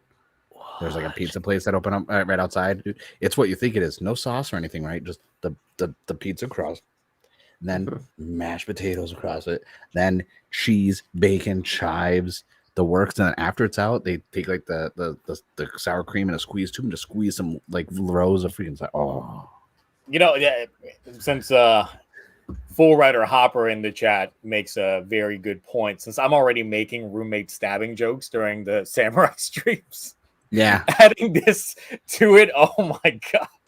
Yeah, I thought you'd already seen it because Full Rider was my stream. I'm just gonna be like, don't you be getting too close to G. I know what you be doing to old man. Like, well, apparently the actor G is just as bad because apparently he was outed as a sexual predator a while ago as well. Oh my god! All right, so who in the samurai cast is a saint? Now, because I'm just like, I need look. Please tell me Jaden's actor did some shit because I need something else besides his weird ass face. You got to rephrase that. Who in Power Rangers in general isn't like some sort of like degenerate, deplorable person? Yeah, I feel like every season now it's like the list of people who are like good is like dwindling down. Yeah, because people are bringing up the Order again because it's been like exactly like 8 years or something since the packing of that happened, and I was like, I remember all that stuff. I was like, man, that's crazy. I guess we'll see. Count down to all the Samurai Rangers getting something going down. Yeah. If I find anything on Jaden's actor, I'll be sure to tell you. Yes. Hopefully, it's still. Actually, no. I hope I'm long done with Samurai. They're like they punch babies. They're like they punch babies. It's like okay. When you get to Megaforce, Troy's actor, there's a basket of his social medias. There is, but didn't he just recently like go to Power Morphicon like last year or something? He is, but no one cared. Yeah, he's going back to Power Morphicon. But yeah, he has some interesting takes on his Instagram. Oh, I feel like listen. I don't know how to word this. I'm trying to figure out how to word this properly. I really don't care about what actors and stuff do on their social media, honestly. I don't either. Because I remember the days when actors were like, mythical beasts. Like you didn't know shit about them, and you were all the better besides the tabloid shit, but no one paid attention to tabloids. No, I get that as well. Tom Cruise was a hobbit. Like that basically threw me through a loop. I always thought like Tom Cruise was like 6'6", like this, and then it's like no, you do realize he's like he's literally Frodo, and I'm like, damn, he looked bigger when he jumped on that couch. Yeah, right. Yeah, little did you know that standing on the couch made him only as tall as Oprah. It wasn't a couch; it was a love seat, and I was like, damn, they tricked me. No, I stopped. Like, I stopped. No, there's still people who are literally saying ASJ released Hitler shirts, and I'm like, he didn't release them. Like, people are still saying that. Like, so I just don't care about like the Power Ranger social. Like, the comic book taught me anything, and post Comic-Con taught me anything. Like, a majority of the Power Ranger fans, like, I do not want to like talk to or be around or associate with, because like there's more to life than Power Rangers. Like me and Ash, we read the comics constantly. We love Power Rangers, but like I know Ash likes anime and he plays video games and everything else. It's like there's more. Hot new comic. Me and Mark will be talking about Ninja Turtles comic. I thought for a second you were going to promote that you guys were making your own comic together. We're gonna back on Kickstarter. We're gonna do write our own comic. Go ahead and get this thing out there. It's called the Real Order. The Real Order. We're gonna call it alphabetical order, and It's just gonna be an encyclopedia of all the Power Rangers that have done bad things. But yeah, when it comes to like trashing on actors and stuff like that, I don't know. The act of it always just leaves a bad taste in my mouth. I'm never someone that gets like off to seeing someone's demise or downfall or anything like that.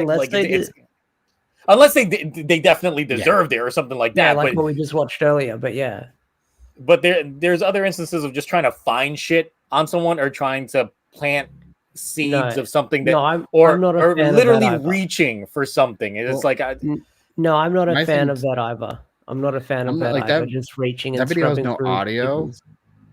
So like it's it's wrong to push an old person, especially like someone who has a walker, this and that. But like, I don't know what that old man said. He could have said some racist shit, He could have said something. He could have saw someone with a Spanish name and been like, "Oh, what are you doing in Idaho?" He could have said "boy," because I hate when old people say that to me. They used to say it to me all the time. Like I've gotten heated when people have pulled that word on me. So I'm just going to think, like, at the end of the day, it's wrong to physically. But it's like, what could push someone that triggered some deep-seated thoughts of like the most racist interaction I ever encountered while working. So it's some bad stuff. So it's like you never know. So it's like at the end of the day, like it's a bad reaction to whatever that situation was. But at the end of the day, it's like you're not handicapped. You park in a handicap spot. Like you deserve whatever verbal berating you get, as long as it's tasteful trash talking. All right, so let's get away from the negativity and bring in pseudo negativity. Yes, let's bring back the wheel of Bad Toku Takes. I really need to have like a jingle for this or something to like segue into it, because I think this is just going to be a recurring thing.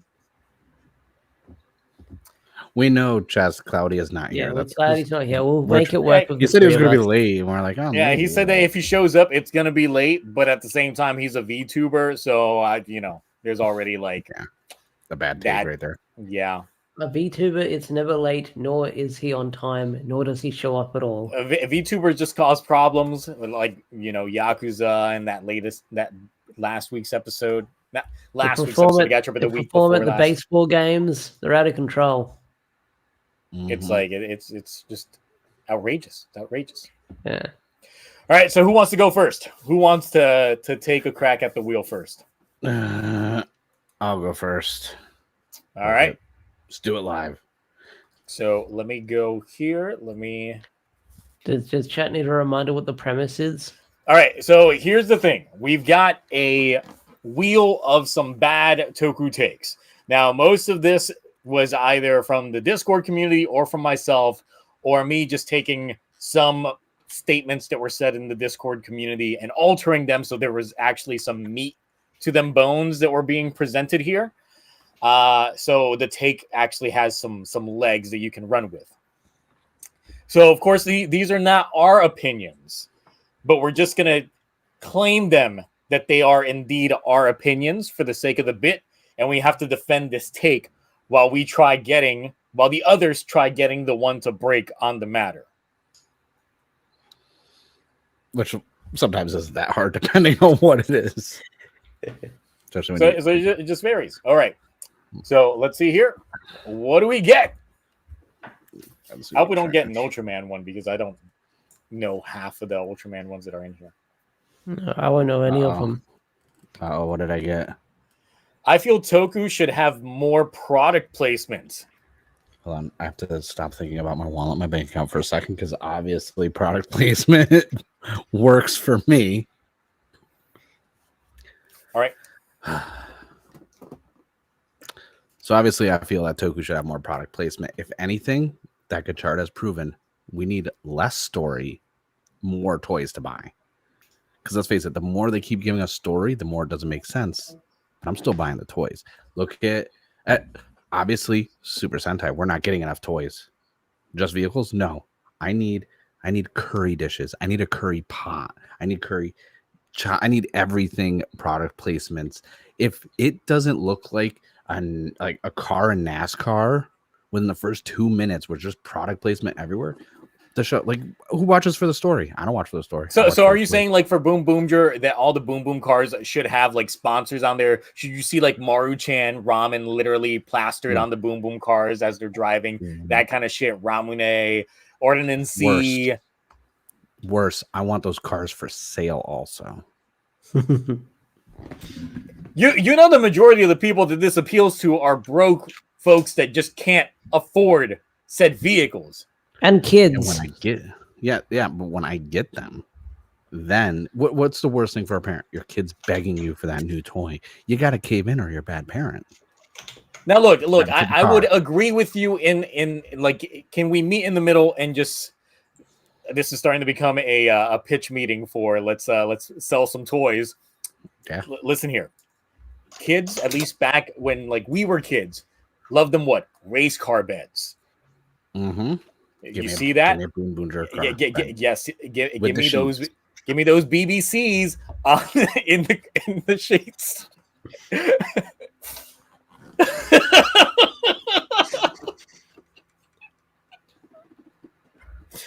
Give me the Boom Boom cars in the sheets. You kept saying it. Like, I was like, nah, I got this. Then you just kept saying it with this conviction in your voice. No, so like, literally, like, this is for Bandai. Okay, listen, I know internationally Toei doesn't want you to do anything cool for people outside of Japan, but look what you're doing with Ultraman. That's the problem with Ultraman right now. There's no product placement in it. Let me buy the cities that he is fighting in. Let me buy the rubble signed by Ultraman. Like when you get wrestling stuff, it's like, oh, here's a piece of the mat signed by the wrestler.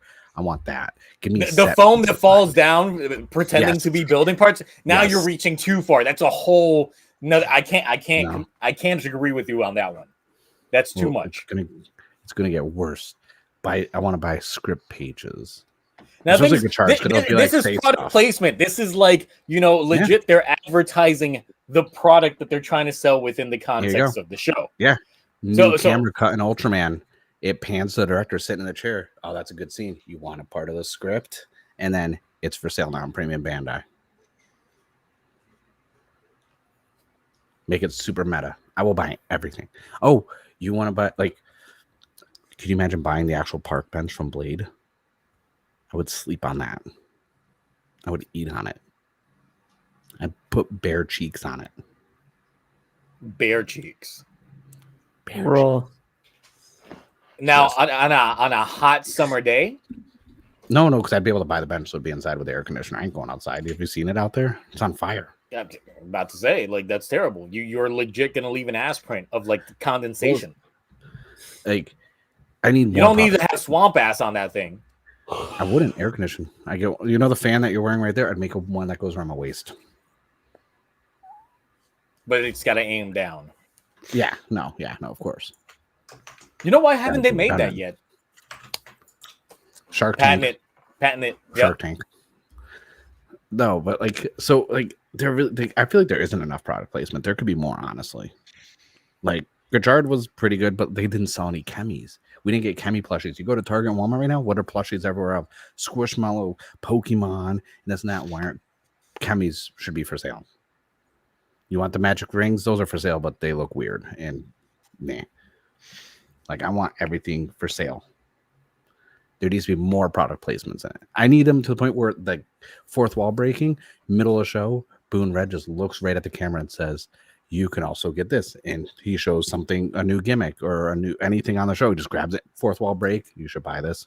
Premium Bandai link in the episode. So you're saying, like, for Gavu, let's say, they got the popcorn power up. And right when they're about to do it, he's eating Orville Redenbacher popcorn and just like labels clear, visible to the camera, like delicious. And then it's just Truman Show? Remember the Truman Show? It's like that. Oh yeah. Awkwardly placed, but yeah, just the Truman Show. Every time, like the Truman Show, that's all I'm thinking about now is because like when he was walking around, you could see people in the grocery. Like the people were just literally doing product placement while he was walking around. Like it would work. Now the thing is, it's just like, how would you do that with, say, Garo? Well, there's a redheaded character, right, in the show, the most recent one. Mm-hmm. No, wait, that's running into their Giga production, so we can't really advertise that. Are we selling certain lights of the flesh? Yes, in the darkness, you do need a light. It's always darkest before the dawn. Trying to think, actually, how could you do product placement in Garo? Yeah, I got none. I got none for Garo. You know why? Because I really don't have anything. I don't know how they could do. Because, like, literally the only thing we've gotten for Garo outside of Blu-rays was the Garo Ken. Like, we don't get Garo anything. I don't even know how you would product place in that, because it's just, you know, honestly, like a realistic product placement that I could see for Red Lady would be if they made like a fragrance, because she looks like the type that would be fragranced up. Get that scent perfume out there. Red Lady SH Figure Arts, that could work. No, Red Lady just needs one of those. But we don't even get one of those provocative statues. It needs one of those waifu statues. He's one of those He's one of those body pillows. I knew what you were gonna say before you said body doll. You were gonna say blow up doll. It needs one of those mouse pads. Just have with the cushion. Yep. The squeezable ones. It's like, oh boy, here we go. The most disturbing thing I've ever saw is someone had one of those on Etsy for freaking it's one of my favorite psychic Pokemon, the one that Ralts evolves into down the road. Yeah, like they made a mouse pad for that one. Like, oh boy, if you think that's the only thing out there with Gardevoir, oh no, I've seen there's tons. I've seen the rules. Okay, you've seen the rules. Okay, unintentionally. All right, Mark. I'll give you the point for this one. You did, dude. You got me with that freaking pad. Like, oh my god, that was, dude. That was, because I was trying to avoid saying Boon Boonger because I knew BBW BBC was gonna be brought up. Yep, it's all there. Plus the BBLs. Mm-hmm. It's all there. All right, Ash, you're up next. Let's see. Will you get something good? Oh.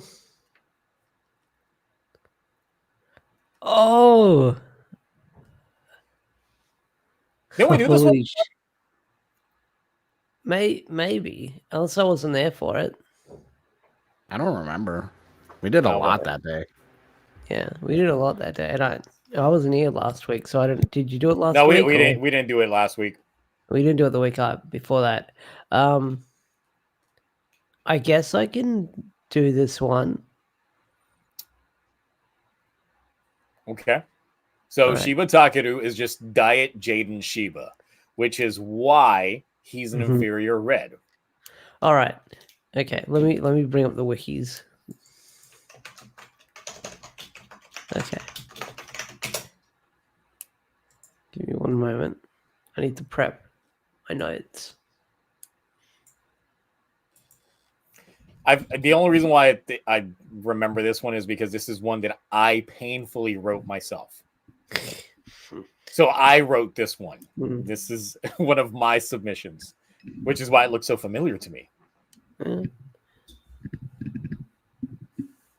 Okay, so I know what you're thinking. Shinkenger is superior than Samurai. Well, I just want to say you're wrong. You're dead wrong.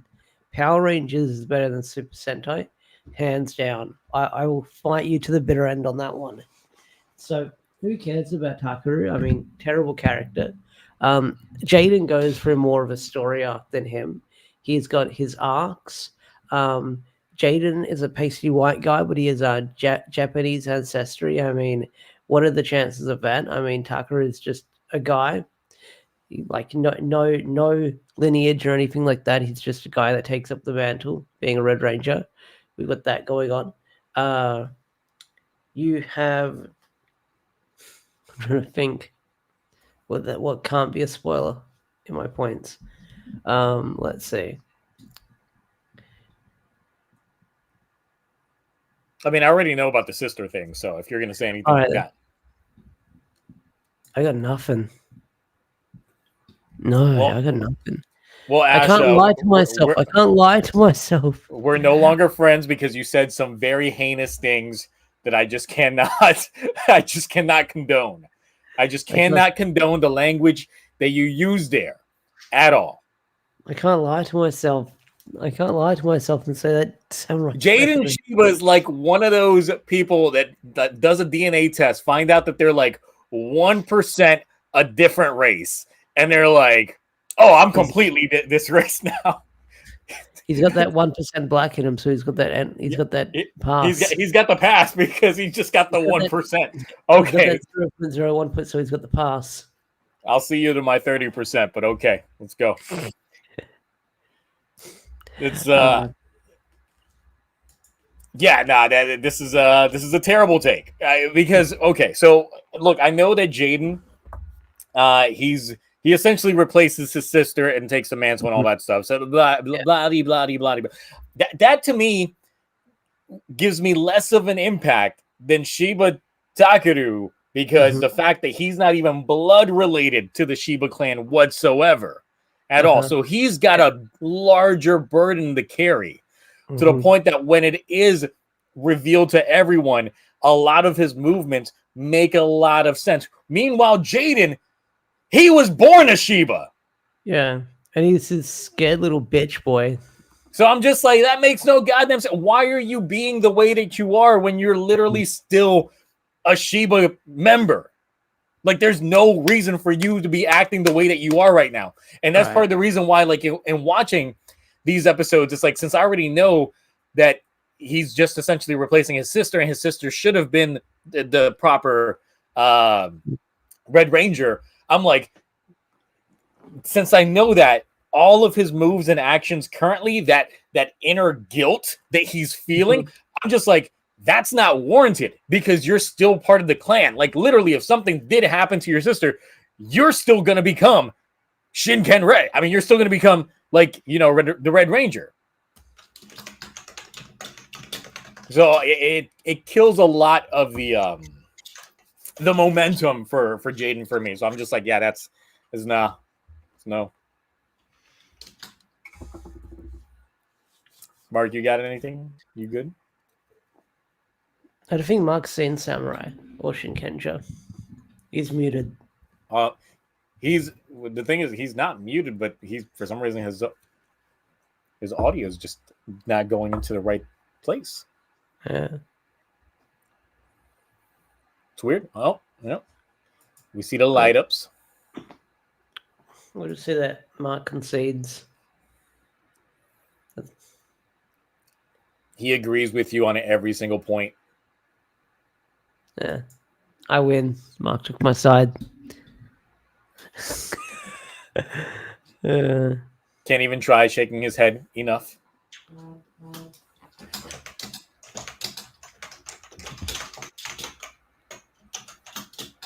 Well, it's still not working, Mark. Damn, that's rough. Okay. Leave and come back. Yeah. Do you want to spin the wheel or wait for Mark to get back? I'll spin the wheel while he is. I get no points. What I said has made everyone in the room more stupid than they already are.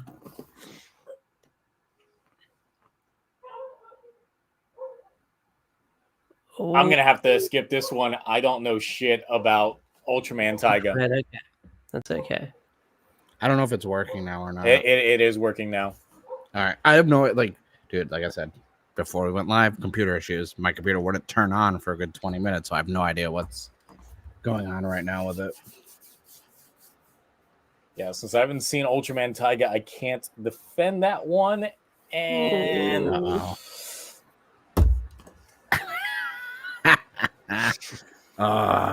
go.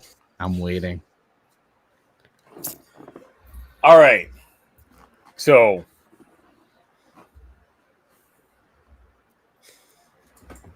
you need a moment.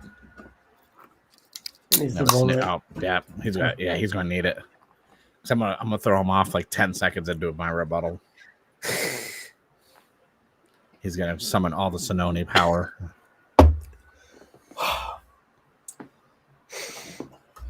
So let me tell you about these cards that have been hanging around here since the last time we were talking about these cards, and I haven't touched them since. This is a fantastic gimmick. These are fundamentally the best card gimmick to have ever been introduced within Kamen Rider as a whole, because first of all, they played into the whole TCG aspect by giving you random cards per pack. Sure, there was a low number of them, but hey, you could have gotten a booster box, which a lot of people ended up getting, and then from there, Lux galore, but you knew that at least within one of those boxes, you were going to get yourself some really, really nice cards. Now, who cares if you ended up with triples, quadruples, quintuples, sextets, and on so many of these cards. But there are some really, really nice cards. For example, Hopper 1. Look at that. That is a nice card there. What are your thoughts on the Ant one, Ant Trooper? Well, you know, the great thing about these cards that you can't really do with a lot of the cards that you end up getting with the gimmicks is, first of all, you can tear them up. This nice stuff. So you know that they are legit worth the money because you can do all of that with it. One thing that I found out recently that's really nice about these cards is you can set them on fire, and they actually can hold the flame for a good amount of time. Like, you see that fire? That's some good ass fire going on there. Now this one's a dud. It didn't hold the flame that good. Can revive it, but quick question. I don't want to interject. So because these are superior, this is your favorite gimmick then for all Rider is the cards? Oh, absolutely. So it's no better than the Rouse cards. It's better than the cards from Ryuki because, of course, only a handful of those. The Decade cards, look, we feel a certain way about Decade, so I would say much more superior to what Decade has to offer on those. So, I know you're talking about other card gimmicks, but in general, this is your favorite gimmick of all of Kamen Rider, and you were able to tear one so easily because they're your favorite. Since they're your favorite, it would be easy for you to break something. It's because there's so many. There's so many of them. So it'd be easy for you to break something that's, say, inferior to the Kemi cards. So, would you break a Ride Watch right now? Don't you dare commit, you son of a bitch. Don't you dare commit. This asshole. So, damn it. I thought I was going to get you with the Ride Watches. So, since the Kemi cards are superior, does this mean Gotchard is superior to all their Kamen Rider?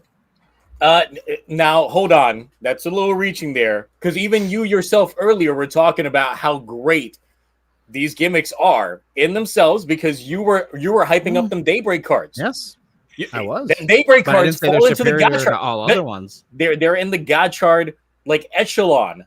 It's a subcategory. Yes. It's still part of it all. They're nice, right? You admit it. Think of the Oh no, they are nice, but I did not say they're superior to any other card gimmick done in Rider. They are nice though. I mean, they're probably better than Revis. So how do you feel about the Blade Parallel card? It's gorgeous. Fantastic. See, once again, Gotchard card gimmick out here just winning. Do you have all of them since they're so superior? Nah, because I'm broke. Makes sense. I get that. Look, buying a box for like $60, I could buy whole video games. Well, not anymore. They went up to $70. But I could have bought whole video games before inflation. If this is such a really great gimmick of the TCG aspect, why wasn't there no official card game to play? It was just no one ever said that it was TCG. It was TC. You did. I thought you said TCG. Trading card. Not trading card game. There's no game to go along with it. And if this is the best gimmick, why didn't they make a game to go along with it? Did they make a game for the other ones? No. Yes, we don't talk about the Decade game. They did. No, I know for a fact there was Gamba Ride and Gamba Rise. We don't talk about that. I'm talking about the actual Blade game where you got a Digivice that was this big the actual Rouse cards, you can swipe on it, and it would have your little character like a Digimon on there fighting. So they actually sounds like fake news. Unless you've got it in the background there that you can pull out and show me real fast, then I'm taking that as fake news. I'll be right back. Woken the dragon. Okay, well, I don't believe such a thing exists. I did not see any commercials for that during Blade's airing. Okay, Ash, what else you got? What you got to throw my way? What have I got? And nothing. I'm just gonna wait for Mark to come back for his big reveal. I'm telling you, these guys are the greatest ones ever. They're read every time I put them into the Gotcha driver. All right, I can't find it in my two. I'm gonna Fuck give you Mark. It exists. I have it. It's not there. No, I'm gonna find it really quick. It's called the Blade Battler.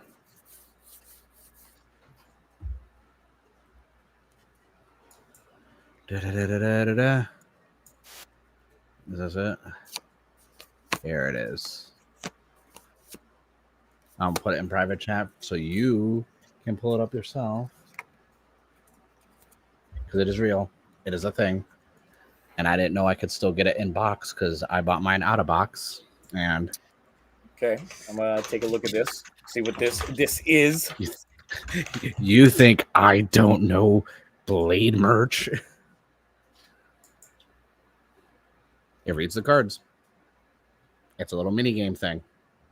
I thought it was really hard to find, but apparently you can just get it anywhere now for like $60, even though it came out a while ago.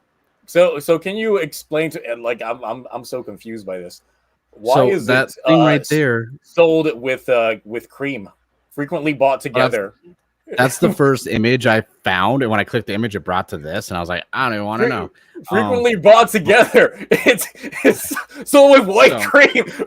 What? Well, fun fact, I'm the only one who's ever bought from that website. Obviously, my cart was a little intriguing. What had happened was I heard about the Blade 20th and the stage show, and the moisture levels in San Diego are very low. This is the most sussest fucking frequently brought together I've ever fucking seen.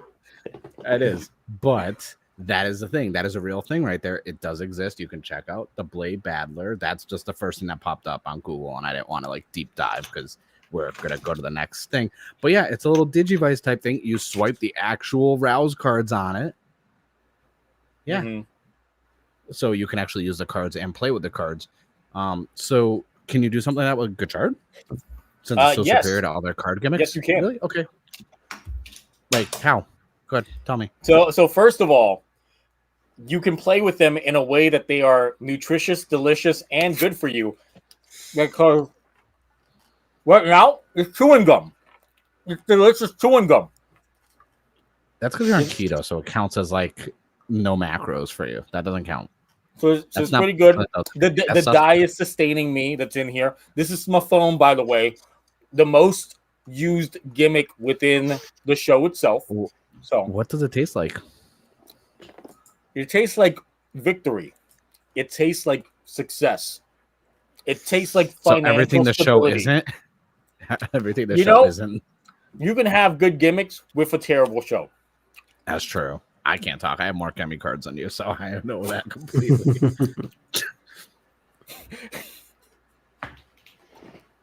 The dye started tasting not good for... No, I had a joke, but I was like, I don't know about the TOS, so I'm going to just let that one go. Started tasting a little toxic in my mouth, so... No, but jokes aside, that Blade Battler is actually a lot of fun. I got to find it so I can... Because, like, I plan on having my Blade shelf at some point, and, like, I bought that, like, instantly on Buy. I was like, no, I've never seen one of these before. Especially because it interacts with the cards, because... That is a very awkward day. So if I'm dead tomorrow, guys, you guys know what killed me. Yeah. I kind of want to try one. All right. I'm done defending this. It's a very bad, like once you get that dye in your mouth, the taste of it is very, it's almost like Switch cartridge levels of bad. I have a lot of my phones. I'm trying to find one that I feel like would taste good. I feel like the jalapeno one. A little spicy one, maybe. You know, luckily the ride watch that I threw down was actually the Deno one, so I'm not really upset about it. No one cares about that. So no, you're really specific with grabbing. I was like, he's no. not. So I literally was seeing what was coming overhead, and it's just like, well, it's either ZO, Deno, or double, and it was either going to be Deno or ZO. So it's only because like the screen is so small, and I was like, okay, I see the ZO gimmicks over. I'm like, he doesn't really like that season, so I was like, I can't really like. And but I was love gonna the gimmicks. It's like one of the greatest gimmicks ever. Those ride watches. I know. I even got the stupid Decade Ugly one that came with Saber, and I like don't like that show at all. Those gimmicks are great. I think those are like the best Heisei Phase 2 gimmicks. Besides, I mean, I like the icons. I like the Wizard Wings. Gotta watch the taste of those cards in my mouth. All right, Mark. All right.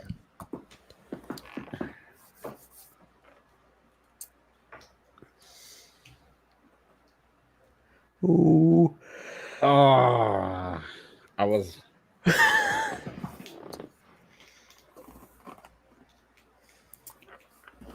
Go on. I have no conviction for this.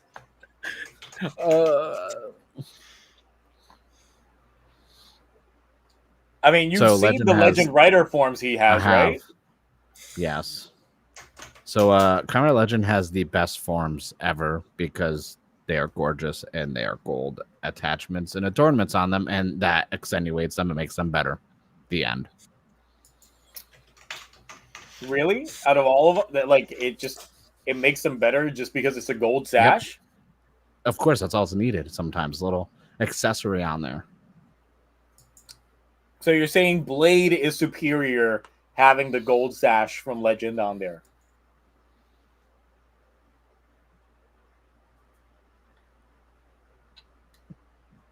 Yes. Okay. Have you seen the upgrade with Gorgeous Legend with that additional gold attachment? Because King form gets that thrown in there too. I'm just saying. It was so peak. I only looked at it one time because my eyes could not process the amount of peak. Did you have to get new glasses? Did you have to get a deeper prescription? I was literally Arnold Schwarzenegger and Running Man. My eyes were just because it was just too much. It was too much for one person to visually digest of the perfectness of that best form ever. How do you feel about Legend in himself? I wish Legend had their own show completely. It'd be better than Gotchard. I wish we got a Gotchard Legacy Kamen Rider Legend little mini series.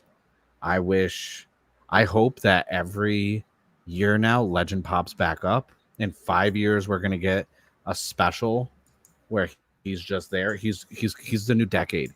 He's like the best forms. I just need more of them. I can't wait. I can't wait for there to be like Legend forms for like Saber and the little Snow Lion and 01. Like everything should be a Legend form. But one suit that we have seen is Kiva summoned by Legend. How do you feel about Kiva with the Legend? The Kiva suit before was a good A tier, almost S tier. Now it's Legend, double S tier, triple S tier, like doing perfect on a trauma center for the Wii mission.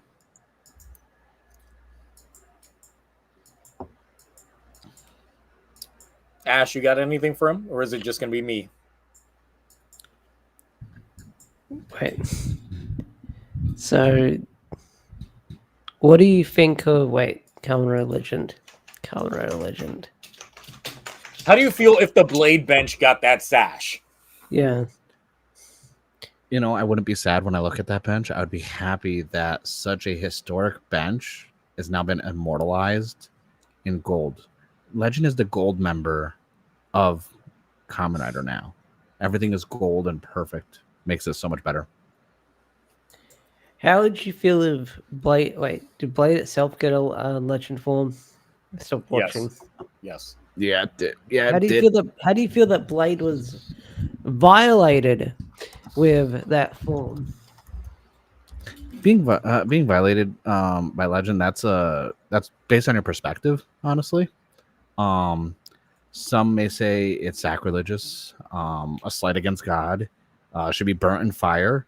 Obviously, those are all things I would not say out loud, but I wrote it in my diary. But out loud, I would say that no, like the blade form has been perfected now. So if I show up to you at Palmorphicon this month, and I'm in the Kamen Rider, and I'm in the Kamen Rider Blade Legend form, and people want to burn me because they hate that form so much. Are you gonna take a bullet for me? Are you gonna take a bullet for me?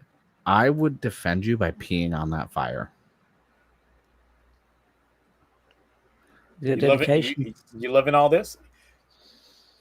Also, that helmet though, but I'm not gonna get into that helmet. But that's its own. That's why the sash is there. So this is a double S form for you. Get that shit off my screen. I hate that so much. Oh my god. Oh, it's trash. Listen, everything about is god awful. That driver, trash. The freaking sash ad and everything, trash. Like, I would rather watch Zeo or Decade or Build than anything Legend Rider. Again, that was horrible. Like, oh, it's so bad. Like, why? I don't know. Ghost even on a bad take. Who likes Legend? That looks terrible. It does actually, but like that's still better than the Legend form. Because stupid sash. Like, what the? Like everything in the sash on it. I'm like, what is this? Like, freaking. I don't even know what to say without it being completely insensitive and taken out of context. So I'm not going to say. Well, it could have been worse if Zeo had gotten a blade form. And this looks terrible. I have that figure on my shelf back on my blade shelf. It's awful. It's all the way down there. I can't reach. Where's that?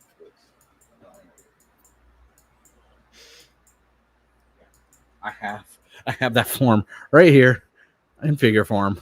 The only figure they ever released for it.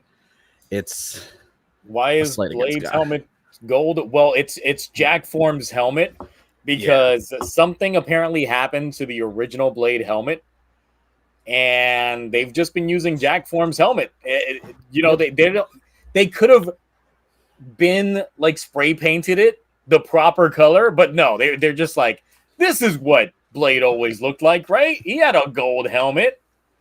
No, it's Jack. Yeah, and they could have fixed it. They chose not to, and it's weird because they're, at least if they were consistent with like with the Blade 20th, they would show photos of the original helmet with the suit, and then they would show other promotional material with like the Jack helmet on the regular suit. And I was like, if they were at least like consistent, like with just using the Jack helmet, like I could get it, but no, I can't defend that. That was horrible. Like, why'd you guys go into the Blade stuff? You could have, like, I could have defended it, and then you brought the image up. Because honestly, I forgot how bad it looked. I forgot how bad that thing looked, and just the Jack Form helmet with that sash, the combination of it, I was like, someone at Toe. It's two different golds, and that's what throws it off even more. Dude, the Legend forms were so lazy. When you think about it, like all the forms are so lazy, and then his weird complete form with like that's the worst thing I've ever seen in my life. Except for the one where Decade's like helmet keeps getting taller every time, and his cape looks like a fruit roll-up. This one's for you. Let's see what we got. It's horrible. Godzilla X Kong, the New Empire, is better than Godzilla -1. I haven't seen Godzilla X Kong, the New Empire, but I can reassure you that it is better than -1. -1, a movie that I've seen countless times on Netflix. But even though I haven't seen Godzilla Kong, the New Empire, it's leagues better than -1. I mean, -1, I mean, it's okay. It's okay, but it's no Godzilla vs. Kong. I mean, have you seen the memes that came out of Godzilla Kong? I've not. Empire? I don't exist on the internet anymore, so you don't. But Mark does. Mark, you've seen the memes? Oh, I do. The memes are top tier. The memes top tier. I feel like the memes are better than the movie. But you said you haven't seen it, but in regard, it's better than -1. So what about -1 is bad? Too long. No King Kong. Usually it's Okay. So it's too long. Other than runtime, what about it visually? What about the story? What about the movie itself is so bad that a movie you haven't seen is better than it? Okay. Now wait, I gotta clarify something. Did you watch it in color or black and white? I watched it in color. Okay. I don't. Okay. Yeah. Do you think your choice of Godzilla X Kong being better than -1 is racially motivated? No. I had nothing. I was just like, I had nothing for that. I was like, because I thought I was stumping him with what was bad about -1, and then I was like, he's on the ropes, and I'm like, well, because you haven't seen Godzilla vs. Kong, so I can't say anything specific because you haven't seen it. I also haven't seen it myself either. Don't. Right, should I re-roll? Or not? Because listen, Godzilla, yeah, Godzilla X Kong is fun. It's a fun popcorn flick, but it's not. I would have tried turning around some of the stuff about -1 purposely. I would have, if I were in your shoes, I would have been like, why is it in black and white? Why is it just in black? I pay for this TV that is OLED, has all these nice colorations. I watched this film. Why was it in fucking black and white? I'm over here trying to see the colors pop, and then I just get 2 tones. That's it. That's all I got. My only other one I was going to do was do you not like it because you have to read the subtitles? Yeah, that's another one. It's just at least I could understand what they were saying in this one. But then I realized it's dubbed on Netflix, so that doesn't help. Plus, this one had Godzilla and Kong, while the other one just had Godzilla. Yeah. Listen, 2 does not make sure, it had planes on it, but there were no snakes on that plane. If there were snakes on those planes, then yes, -1 would have been superior, but it didn't have the snakes on the planes.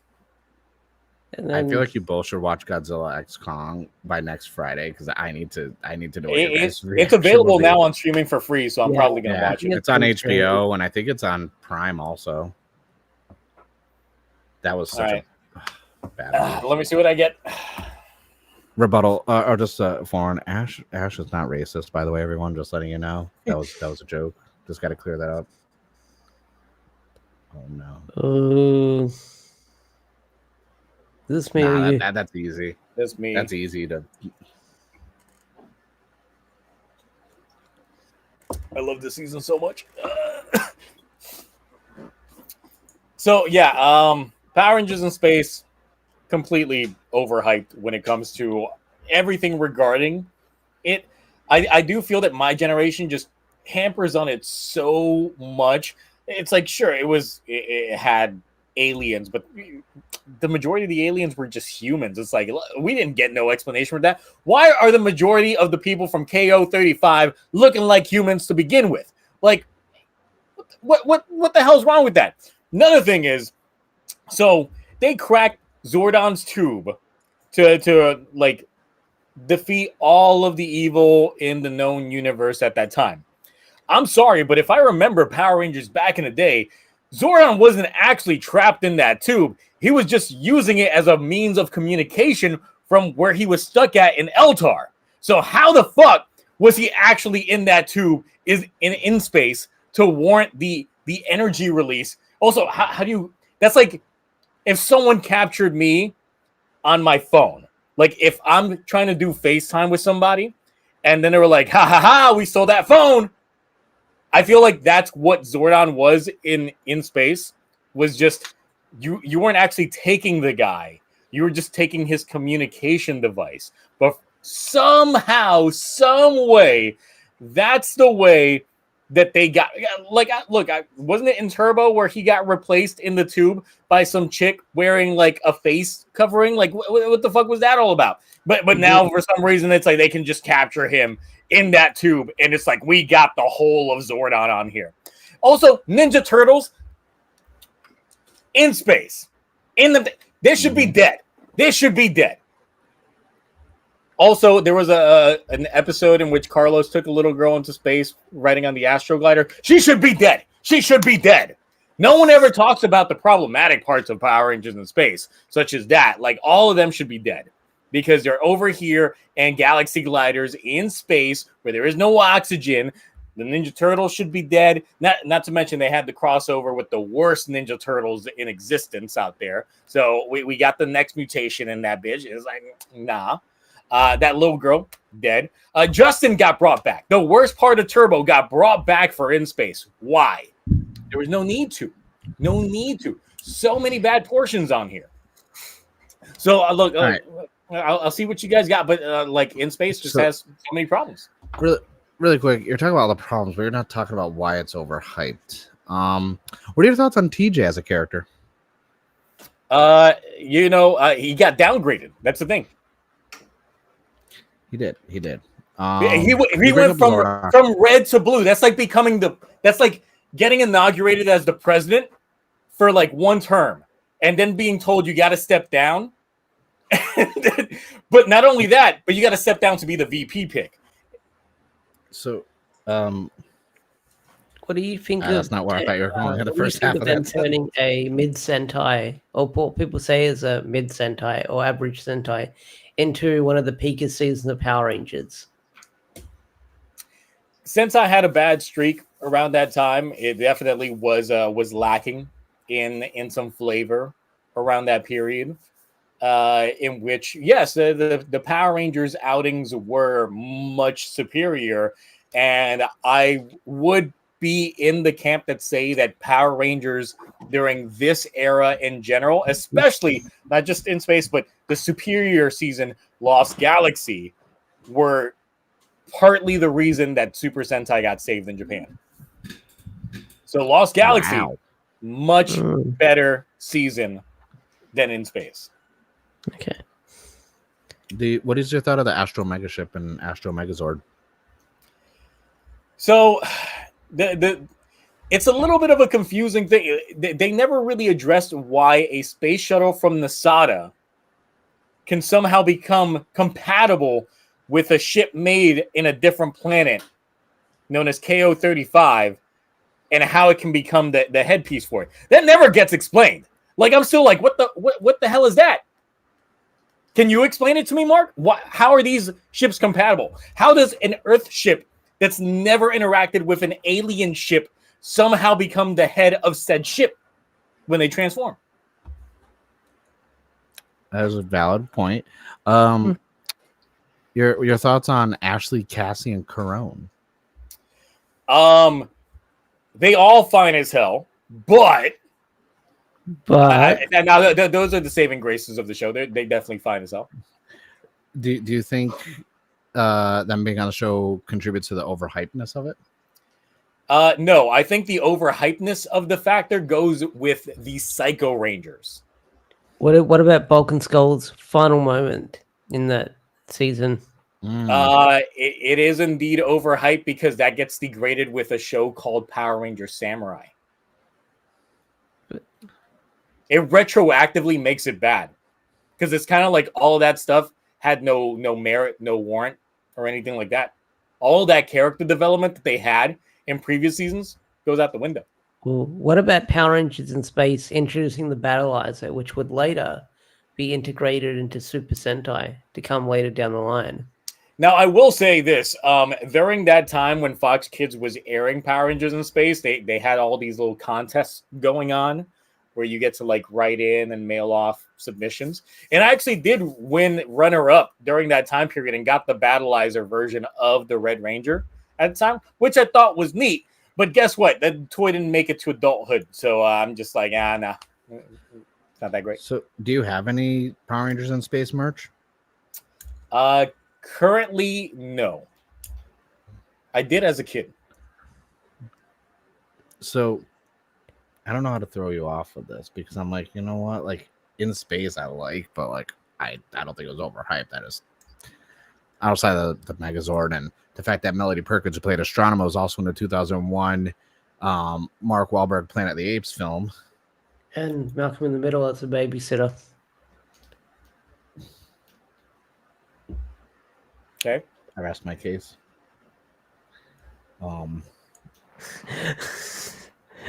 Yeah. It's tough because it's like it's overhyped. It's like that's easy to like. I think it is indeed an overhyped season, but I think it's overhyped by like my generation, like our generation. So the younger generation, because they didn't grow up on it in space, they don't understand the fact that it was the closing of that this is when I stopped chapter. Watching. This was like our end game for the period. This was our end game. It really was. Like I watched Mighty Morphin all the way to the end of In Space, then I stopped and came back at Time Force, and then I didn't watch anything after that until Dino Thunder. So I was like, I get it that it is overhyped because it's like the nostalgia goggles are there. But you go back and rewatch it because I rewatched it during the pandemic, and I was like, it was all right. As a kid, it's over, but it's like now saying something like Power Rangers like Turbo is overhyped. Like that's easy to guess. Oh yeah, no. The thing is like Power Rangers in Space is mostly known for its finale because Countdown to Destruction is definitely like the best ending. It's like the crescendo of that entire era. Dude, it's like the first 2 episodes, the finale, and then maybe some of the Cyclone Ranger stuff. Other than that, it's like I don't remember anything from that show. No, I still remember a lot of good different portions of it. Darkonda being like one of the best villains that were in there. Dark Spectre. So there were so many different points on there. Ecliptor, just with those, it's good shit. Good designs, but I do think it's overhyped. So it's like I couldn't even think of anything. Adam coming back. Yes. With the broken power coin, which later on would get retconned into other shit that just BS. But yeah. That's probably one of the better episodes of that whole entire show. Because it was getting Adam to come back. Yeah. All right, Mark, you ready to go one more? Yeah, let's see what that's. I hope it's not the Austin St. John one. You say that it gets so close to it. All right. Everything Vale related from Revis was a distracting plot point that ruined the show's dynamic. All I saw was everything Vale, and I got excited. Then I read the rest of it, and I was like, "Yeah, that's why this is a bad Toku take." It is, but I will agree with this 100% because I'm not going to say it was a distracting plot point. I'm going to say it ruined the show's dynamic from the standpoint of everything Vale. Demons related just because of that driver we got later on drove that show to hell. They call them Demon Troopers. Let's face it, they're Veil Troopers. That's still the same freaking driver, just repainted. Obviously, why have Veil be such a big part of the show with the dad, only to give us one of the greatest fight sequences in Reiwa? That's cool and all, but like a great fight sequence doesn't save a shit show. And let's face it, the dad having like Veil stuck inside of him. Like, I mean, the Revis Legacy Veil was pretty good, but if the only thing that really showed was that Revis was such a bad show, this mini series is what the show should have been. Now, the thing is, this says that it ruined the show's dynamic. What was the show's dynamic then? Nothing. Before Veil showed up.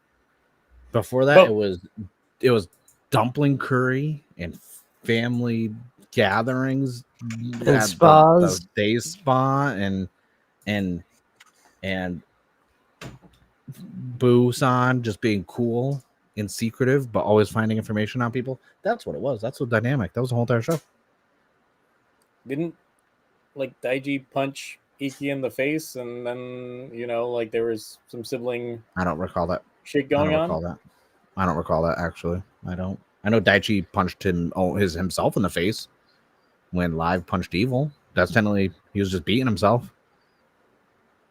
It was like early episodes that all that ended up happening. Yeah. No, but it's the Veil was unneeded. Should have never been in the show. Would have saved the show if he wasn't in there.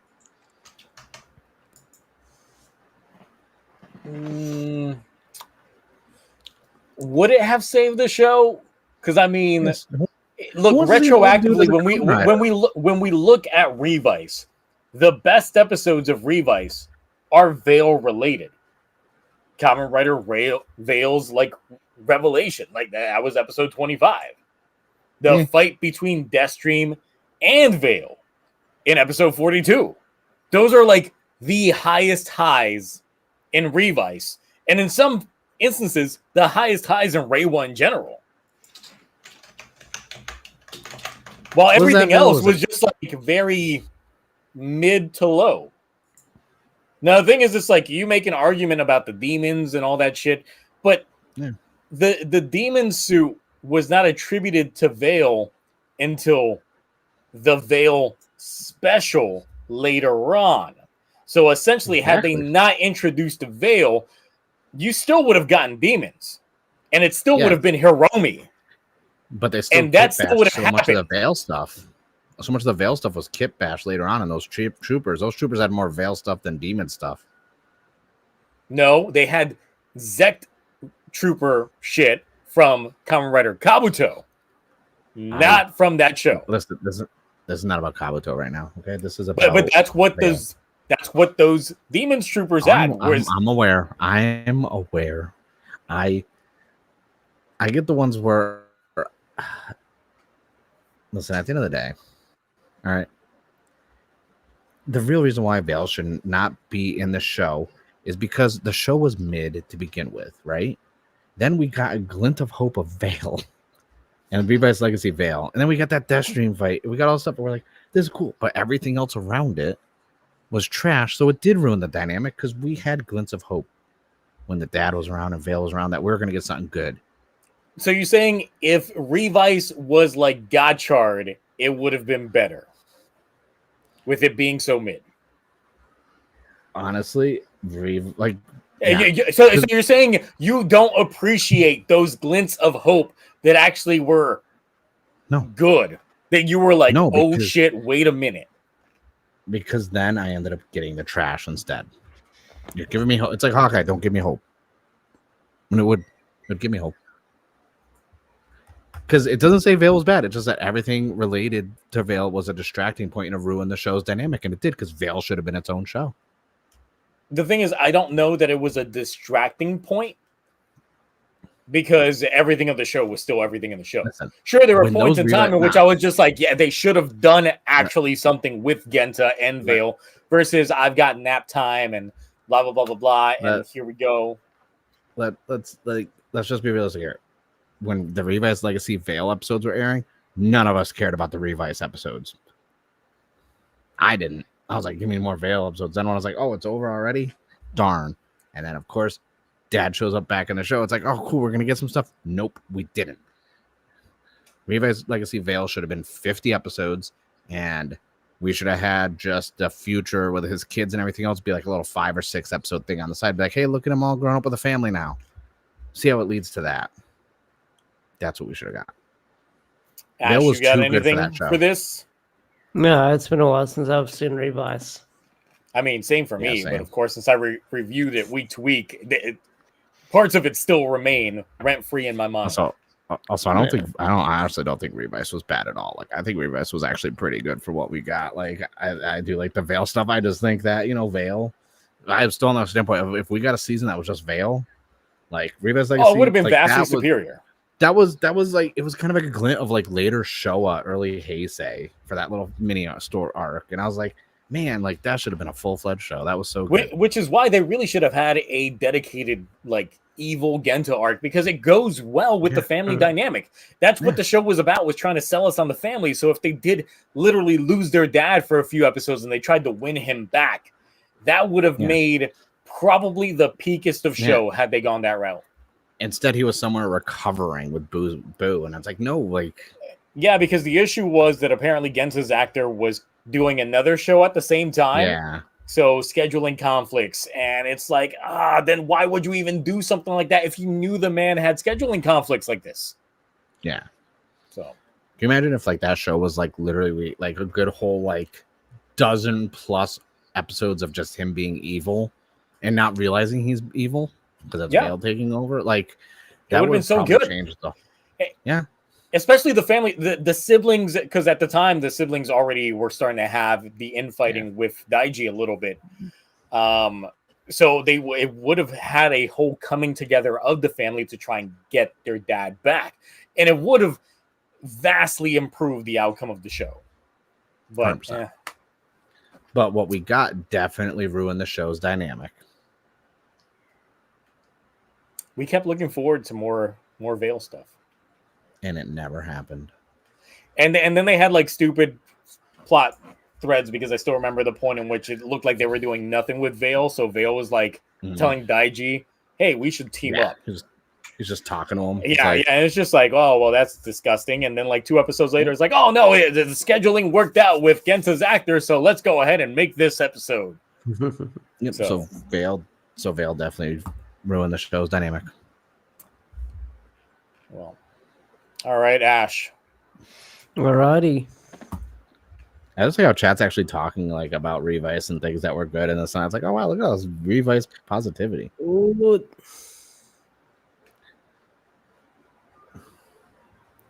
This shouldn't be too hard. Battle Fever J had the best suit design out of any other Sentai season. Look, the Battle Fever J suits are vintage. They are vintage. They are one of the older Sentai suits, but they look pretty good. I mean, they look amazing, you could say. I mean, they were the first like Marvel and Super Sentai collab. You could say they were almost like based on like Marvel heroes like Captain America and stuff like that. Like they do, like they're that awesome cloth material. Yeah, they do have their colors faded over time, but that just shows how dedicated they were getting them dirty and rolling around in the dirt with them, even though they do fade over time. Yeah, like, and we're going to talk about Miss America's suit. A Sentai suit with a wig. I mean, how many times have we seen that since then? It's one of a kind. It's original.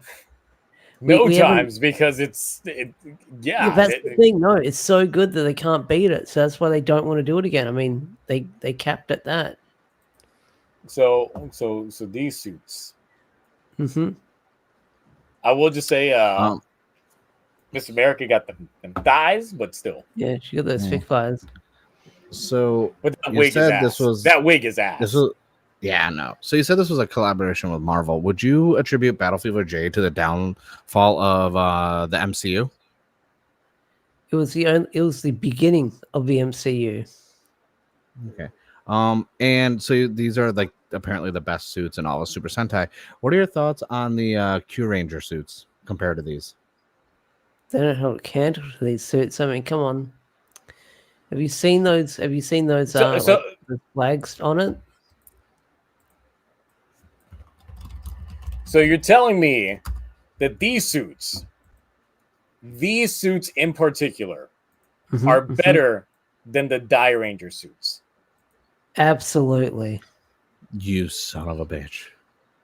Absolutely. You don't believe that. You don't believe that at all. Look, I can lie to myself about this one. Like, I mean, look at those boots. Look at those bread boots. Can you tell me what the letters on their belt each signify? Japan, France, Russia, Cairo, and America. I didn't know Cairo started with a K. It's Kenya. Yeah. So, Ash, do you think your thoughts on the one with a K are motivated by... wait, no, there's... See, if we had one with an M, it sounds like some if we had 90s one with wrestler. an M, we would have, like, on their belts, fuck, marry, kill. If you line them up correctly. So do you think these are better than the Gokaiger, Ninja, and Shinkenger suits? Like, these are just better than all those suits. And can you tell me why? Absolutely. Miss America or Himeno? Oh, I mean, Miss America, you can fuck in the suit. You got hair to grab. Nah, you're gonna snatch that weave up, my guy. Yeah, that whole mask has come off with that. That doesn't even look remotely like. Look at that. Look at the eyes. That's just like a deadpan stare. They've got those weird eyes. I don't know how you can. Now look. I don't have to open my eyes if I'm fucking the suit. I can keep them closed. Lips on the suit.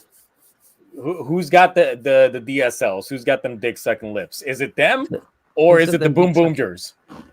Ooh. Are we able to get like a closer picture of them because they're on a weird angle here? I mean, you get some of that shadowing with Crusher, I believe you said. Yeah, Crusher. Okay, yeah, Crusher. Crusher. That's the funniest thing still ever.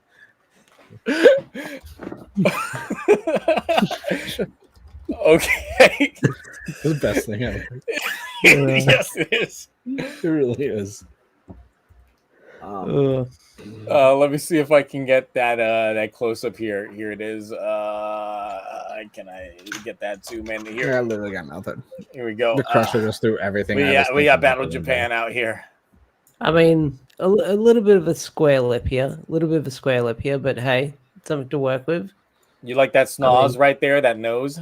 That snoz just right there? I mean, that snoz is going to get in the way, but fucking slap around a bit. Okay. How do you feel about their helmets just having a bunch of fucking holes on them? Like, I feel like if you got that tryptophobia, whatever that one is, of the fear of holes, like, these helmets are just going to do you in. I mean, I'm not wearing them. Yeah, but you got to look at them. I mean, I don't have to keep my eyes open if I'm fucking them. I mean, if you're doing that to Miss America and you're just looking down at them DSLs working on your rod, you got to see them eye holes. The fuck? I'm sitting here trying to find suits to compare and like. Hey, I don't have to maintain. Could you just imagine, like, just looking down, you just see them eye holes, just looking back at you? I don't have to maintain eye contact during the fucking. Wholeheartedly, though, how can you look at these suits and say they're better than Die Ranger, better than like Go Buster?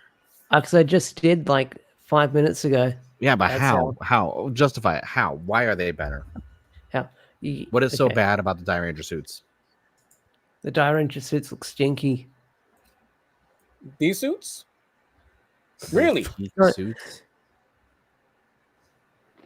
Baby, I'm sorry. Suits. What was that? Nothing. I mean, come on. Like the Gokaiser suits, like you look at the like what 48. Are you saying that there's something wrong with Chinese representation in our Sentai versus all these other like Sentai? I'm glad you said it because I was gonna go that route eventually.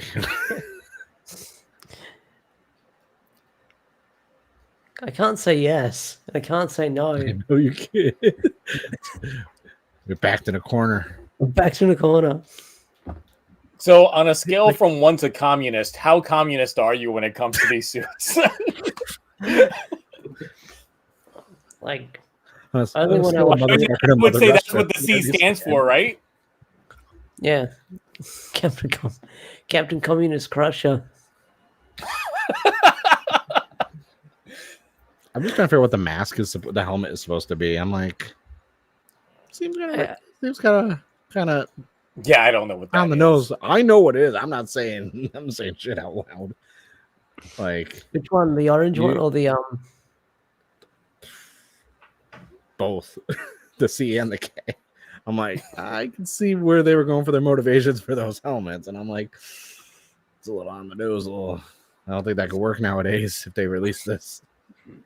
This is not getting a U.S. release. Would you say Marvel would still condone these kind of suits today? Nope. I mean, absolutely. We've got the Patriot showing up. I mean, you can see them showing up in like these guys should have been the villains for Falcon and Winter Soldier. Even Miss America. Even Miss America. Wow. Okay. I got nothing because like I'm still in awe that you looked directly at a photo of the Die Rangers and were like, yeah, these are better. And you kept it. Like I would have broke instantly. Like you could have been like, hey, like Mega Ranger or Car Ranger. Like you could have named any other season. Like, are these better than that? And I was like, I'm sorry, I can't go along with this anymore now. That defense was strong. You definitely played the game. It's like Ash used hard and it's super effective. That's rough. That's some rough shit right there. Yeah, I could. Those things are ugly. Yeah, they ain't good. They ain't no good. offense to Stegosaurus, because his TikTok where he did the Miss America change and put on the helmet with the wig was hilarious. All right, let's see what I got. Give me something good. Oh, fucking bitch! Oh, no. Bitch! Oh! Ha ha ha. I gotta do it again. Let me prepare. Oh, let me prepare my line of questioning. I haven't seen Tape Rex. I don't know what up from Toku.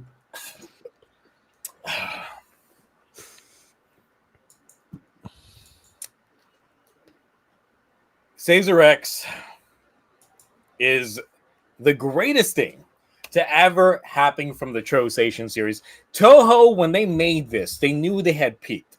They had Grand Caesar, Just Eraser, Caesar X. Caesar X capped off what would become a trilogy because it was too good to end up surpassing on here.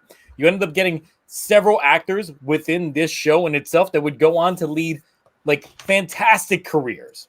One of them became Ankh, that was in O's. One of them became Ramirez, that was in Kyoruger.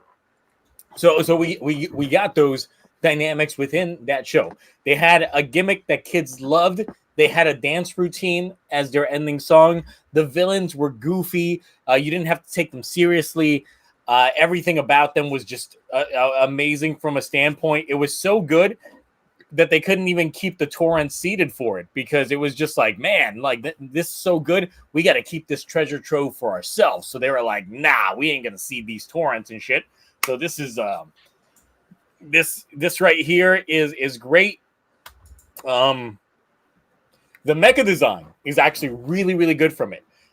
Just because the fact that they were able to do their combinations, good in terms of that aspect, and just really, really dynamic from that standpoint. The suit design was also pretty good, very different from its predecessors, but made it stand apart from its contemporaries because the fact that the Chosation series had been seen as Toho's version of Super Sentai, while Caesar X really just said, we are going to try doing something like this, but we are going to change the suits enough to the point that they make their own dynamic from that aspect.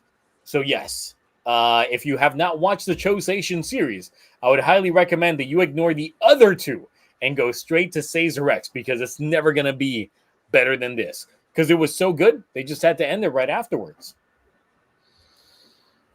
All right, so little people don't really know this, but Toho actually worked with Konami to make this trio of shows. Correct. You can even hear the sound effects from it. So from like Yu-Gi-Oh and shit like that would be in here all the time. So you're saying this is the best show in the franchise Chosation series, yes. Would you also say that maybe this show being so bad contributed to the fact that after the show came out, Konami never made another JRPG since? I would say no. It was just because it was so good. They knew they had peaked, and there was no way they could ever recover from it. So they were like, "Yeah, we gotta stop it here." You know when you know you've reached the upper echelon, and you're like, "I can't do anymore." It's that good. So you're saying it was so good that's why Toho dropped out of the live action tokusatsu superhero style shows completely? They got Godzilla. That's why I said tokusatsu superhero show. Can I also throw in that within the Chosation series themselves, they actually did throw in several Godzilla kaijus? Oh, they did. I know. I'm well aware. I have begrudgingly watched Caesar X. I would say also, did you know that in the financial year of 2006, when this show came out, Toho actually had the first time in its company's illustrious career lost money? So I feel that the problem with that was just the fact that the audience they were catering to had no money. When you try catering to a 4-year-old audience, people like Caesar X? Yeah, well, children love Caesar X. Do they? The children of 2006 are now adults now, and they would have fond nostalgia for Caesar X. So why is this better than Justirizers? Well, their cast and crew for Caesar X actually went on to do better things. While the Justirizor cast, I'm sorry, have you heard of them after Justirizor? No. I didn't hear about them before either. Exactly. That's the thing. They didn't have them star-studded careers. So you're telling me that Caesar X is better than Grand Caesar? Absolutely. What was your favorite? The fact that Grand Caesar had to have 12 main characters, but they couldn't balance them all, so they just focused on the tribe leaders mostly, and of course Flame Tribe, because why not? So because of that, the dynamic was essentially broken. It's essentially trying to do a clusterfuck Ryuki with all the cast of Ryuki within like a single episode. You can't start that way. That's a terrible way to start a franchise. So by here, they have become calm, cool, collected, and definitely worked the cast to be much better than anything that we've had before. Now, it's been a while since I've seen Caesar X, so I can't name the characters in terms of who they are, but I can't also say the same for Justirizor and Grand Caesar either, because I literally have not seen either of any of these shows in over 10 years. So you don't like the Cloud Dragon? The Cloud Dragon does nothing for you from Grand Caesar? No, it does nothing for me. It's kind of tough because neither of those three freaking shows in the franchise are really like super great. So it's kind of tough for me to like stomp you because they're not bad Toku. They're just like, they exist. It's early 2000s. Like what? This came out like 18 years ago?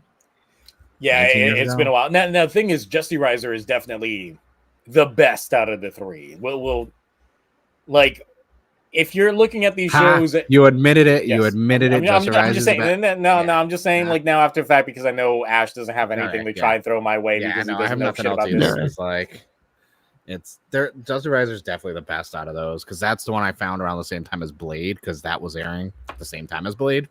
It came out, so I remember seeing that pop up by mistake, and I was like, "What the hell is this? This ain't Blade this week. Why is Kiss Anime ruining this with pop-ups?" So yeah, the Chosation franchise, which I will probably throw Justirizers and Grand Caesar's episode 1 into the wheel for tomorrow's Toku Rewind, just see if they land on them. But it was done by Toho, and it's something that I covered in my Tokus of the 2000s video. So check out that video. I do cover all three of the shows on there. That's why I was like, if anyone saw that video, they would know that you do not believe this statement. Yeah, exactly. And I do want to do more videos like that. I just got to get the time and to be able to crank that out. Yep. I feel like Toho wouldn't care about the editing either. Toho is pretty lax on their claims compared to Toei. Either way, I still got to be safe and trying that shit out. But well, no, just because I've done Godzilla stuff when I did the NECA toy reviews for the Godzilla movie reel line, I would throw in some clips from the movies, and they never even claimed or cared. But yeah, Caesar X, in all honesty, killed that franchise. Yeah, it did, and I'm not joking. Konami did not make in-house another JRPG since like then. Like the last one they actually did was I think Suikoden 4, and everything after that they just published it. So they didn't actually make any JRPGs after this franchise started. So I was like, oh yeah, this killed Konami. The domino effect. They fired so many people because of this. That's the problem. It's like they were catering to us. Essentially, the way that the Chosation franchise was set up is, for those of you that don't know, imagine Super Sentai, but designed for the Kamen Rider audience, meaning it's something meant for like a slightly older audience. So it was working in terms of that aspect, the lore and all that shit, but you still got your colorful suits and all that shit. And then Caesar X said, yeah, we're going to appeal to toddlers. the Caesar act, like everything looked like, even the posters and everything, just it looked like freaking. They were trying to. The suits were good. The suits were good, dude. It reminded me of Gridman for the undersuit and how it just had like the chest plates only, and then so I thought it was more like they were just trying to take like Gridman stuff, because like even the helmet on the blue one from Caesar X, I was like, this could be like a Gridman character. Like, I know you haven't seen this at all, Ash, but if I were to show you this, hold on, give me a second here, versus the Battle Fever J suits.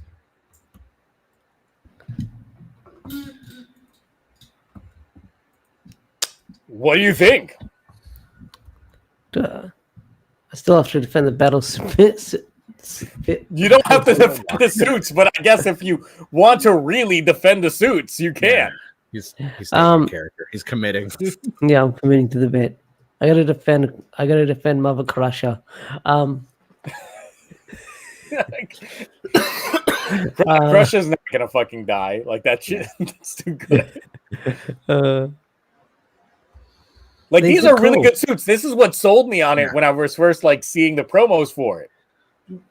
I don't know. They why. look like they look like the Digimon Frontier suits almost. The red one especially. Yeah, the lion one. The lion. Yeah, the lion one. Yeah. Like, but no, the blue one was like, I love that suit. Like, the thing is, from a filming standpoint, though, like per actual quality of the show, Caesar X, I swear, it looked like it was like just a little bit higher budget fan Toku show.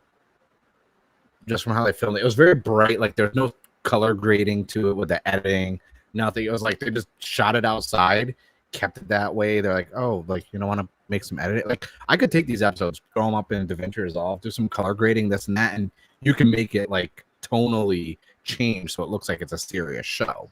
The biggest issue that I have is just the fact that, like, Toho, this is us seeing Toho design mecha suits.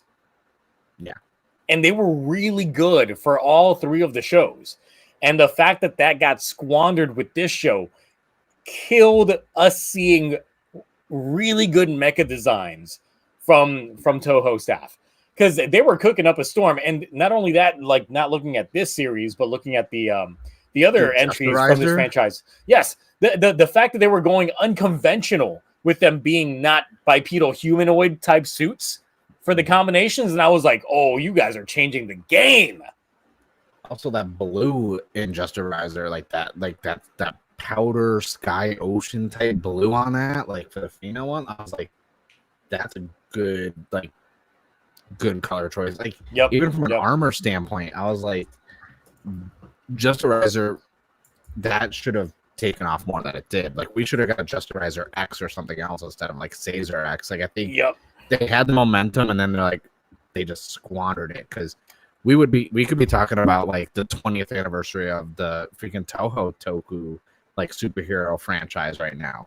Justerizer was so damn 20 years. Good. It's been 20 years since Grand Caesar, so it's like, damn. Well, we got 15 minutes. Should we do another round, or should we call it a night? It's up to you. I can do another round. Yeah. Let me see what chat says. All 36 of y'all that are still watching. Another round or end it? While we wait for chat, Ashley, hear about that No One Found footage live action film? I've heard of it. I haven't seen it. I know that it's not out yet. Because Kyle Higgins, he's directing it.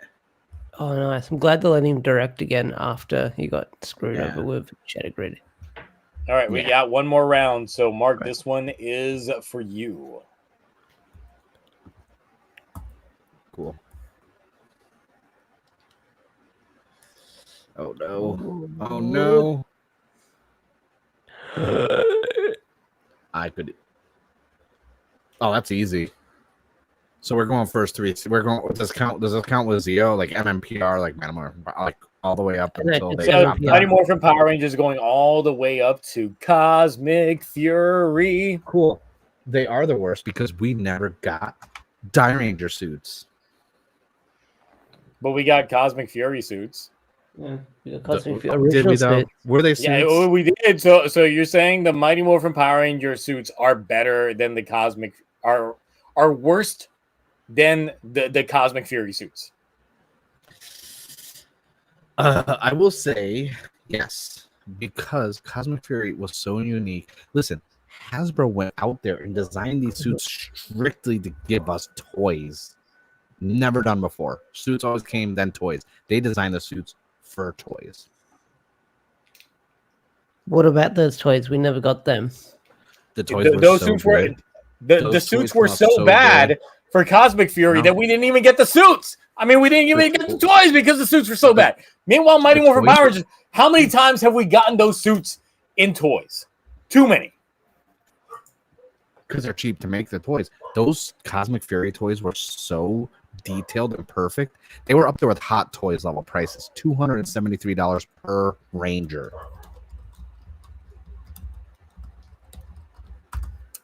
So, all right, let's break this down from a suit standpoint. So, the helmets in Mighty Morphin Power Rangers, iconic. Definitely had a lot going on for them. Are they though? They are. I mean, you got this is all of because this is Mighty Morphin. The Mighty Morphin suits. Yes.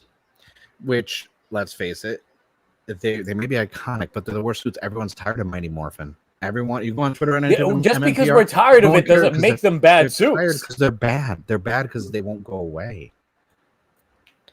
But I will say, look, the Lightspeed Rescue suits are worse. I'd say they're pretty bad. What about? Oh, no, low-key, I like him. Compared to Mighty Morphin, Mighty Morphin suits were so plain. They just had white diamonds on them. They were all the same, just different color. The helmets were all right, but like, okay, MMPR suits. I mean, you say white diamonds, but then like look at what we had with Lightspeed Rescue. Dude, that's up there. You literally had a fucking like peppermint, a peppermint out here as their design. You never go to Nana's house. So you got the little jar of the peppermints from like the helmets are legit just regular ass flat helmets with a visor on them. Perfect peak. Simple. So even like the helmets don't have shit going on for them. Yeah, no, that's because you don't need it. There's the story and the suits themselves are so good. You don't want to distract from the suits and have too much going on. No, this just ain't. It's like when you go out to a restaurant and you get like the molten lava cake, but they put the weird chocolate drizzle all around the plate with the powdered sugar. I'm not eating the plate. I just want the chocolate cake. Like, we don't need all this extra stuff. It's perfect. So Mighty Morphin has worse suits than this. Yes. Now, if Mighty Morphin had the Die Ranger suits like they should have been, then this would be a different. What about the Jetman suits, the Bioman suits? Those are better than MMPR also. Yeah, the thing is, it's the fact that Mighty Morphin. Let me go back to the wheel here. Yeah, the Mighty Morphin suits are the worst suits in Power Rangers. They're boring. I don't even like dinosaurs. So you don't like dinosaurs at all? Not even slightly? Nope. You know chickens are dinosaurs, right? Yep. Are they not delicious? I don't eat red meat. Man, that sucks. I thought you liked gator. Gators aren't dinosaurs. They're lizards. They existed during the Cretaceous period. Yeah, but they're not dinosaurs. Dinosaurs were birds. Raptors were actually over embellished for their size. They actually realistically were the size of like a very large turkey. So the thing is, they're the worst suits in Power Rangers, but we got to factor in that there's other suits in Power Rangers that may not be Power Rangers, but they were there. So you mean to tell me that Venus from Teenage Mutant Ninja Turtles: The Next Mutation, that was featured in Power Rangers in space, is a better suit than Mighty Morphin Power Rangers? Yes. How much did that hurt you to say? At a scale of 1 to 10, I don't want to say it out loud. It's better than Marble So you would say that the superhero outfits that Bulk and Skull got in Mighty Morphin Power Rangers in that dream sequence were better than the Mighty Morphin Power Rangers outfits. They made them themselves with hopes and dreams and just random stuff you can find at a Dollar Tree. And yes, they just wanted to be Power Rangers. They were living the dream. You know, they had the Blank Man fit before Blank Man, and Blank Man was peak cinema. He would beat Thanos with his little robot and his punchy and the little rocket shoes. That's actually a great movie. I love Blank Man. David L. Greer was like perfect at that as a sidekick. When he realized his suit wasn't bulletproof. So you're saying SPD A Squad suits are better than the Mighty Morphin Power Rangers suits? They literally had shoulder pads, like conventional shit you could just buy at a fucking like Dick's I've never Sporting seen Goods. SPD. Let me search real quick. Never seen SPD. Oh, dude, I love laser tags and paintball, so those suits are perfect. Better than MMPR.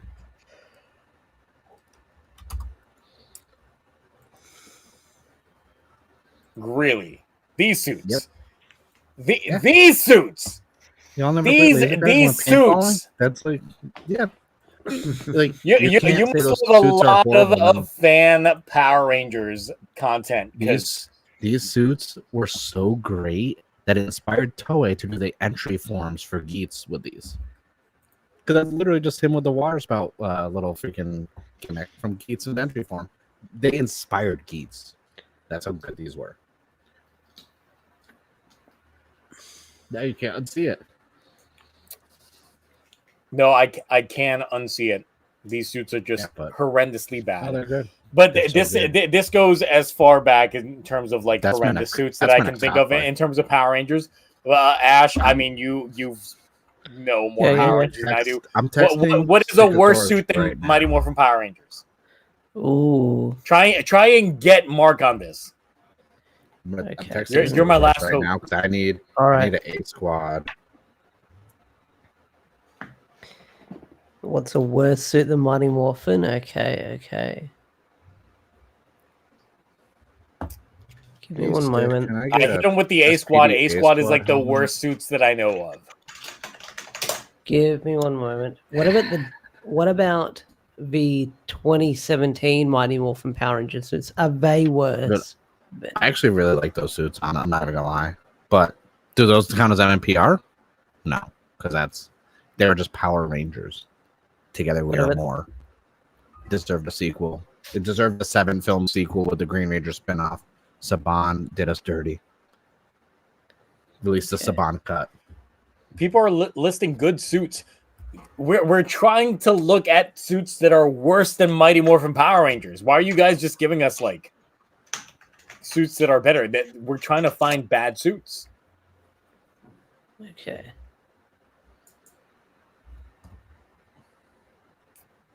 Ooh. Oh wait, I'm patient. What about the turbo suits? I love the turbo. I love them, but objectively, they are the worst suits. Because how do you have a little kid turn into a full-size adult and that suit stretches like that? I don't think so. That's not even real material. So would you say that the Lord Zed Dark Rangers are worse than the Mighty Morphin Power Ranger suits? No. Okay. You ever you weren't broke Halloween? I need a costume. How about the putty Rangers that we had in Mighty Morphin? Well, I mean, all them like they were legit the same, except they didn't have color combining like I know boots and arm guards. You ever order a costume on Wish, but like you can't get all the pieces with it, and then the pieces you need, like the boots and everything else, are like out of stock, and you have to like make your own. Yeah, well, it happens. It happens sometimes. Listen, like the MMPR suits are just worse. They're like the worst suits I've ever seen. They're bland. Like, what? Also, let's face it. The color of the suits, black is not a color. Like, white is not a color. I mean, white is a color. One is it's everything, but black is an absence of color. Like, I'm just saying, those suits are bad. Plus the fact that the White Rangers was from Die Ranger, and they get the other Die Ranger suits.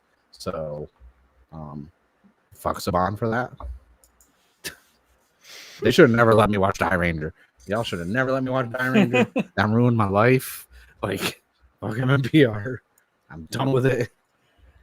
Their problem was that they thought that the fan base couldn't understand why the Black Ranger was suddenly a Green Ranger, but then we had the Green Ranger turn into the White Ranger, so it's like, well, whatever. And also the whole drunken fist technique. How do we explain that to kids? Easily. You don't say that's the drunken fist technique. No. Well, you just say, "Oh, he had too many Capri. He had too much Yoo-hoo. He had headache medicine. Slammers. He had too many Kool-Aid jammers that were full of sugar. He had too much Surge. Well, Trini had too much Surge. Oh my god, I remember Surge back in the day. Dude, I'm sterile because of that. I was about a gallon. Well, no. So the Ninjetti suits technically would count as Mighty Morphin Power Rangers. So we can't throw that in there because that would also be that. Those are all right, but those are just boring. Honestly, they were so bad. All right, so we got that one in just in time. Ooh,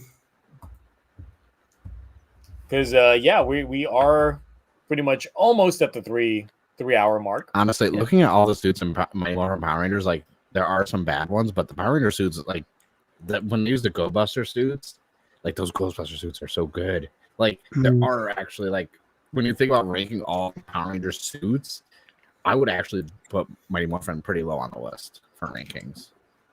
I would think what kills the Mighty Morphin suits is literally just this portion of it, because the helmet's still really good.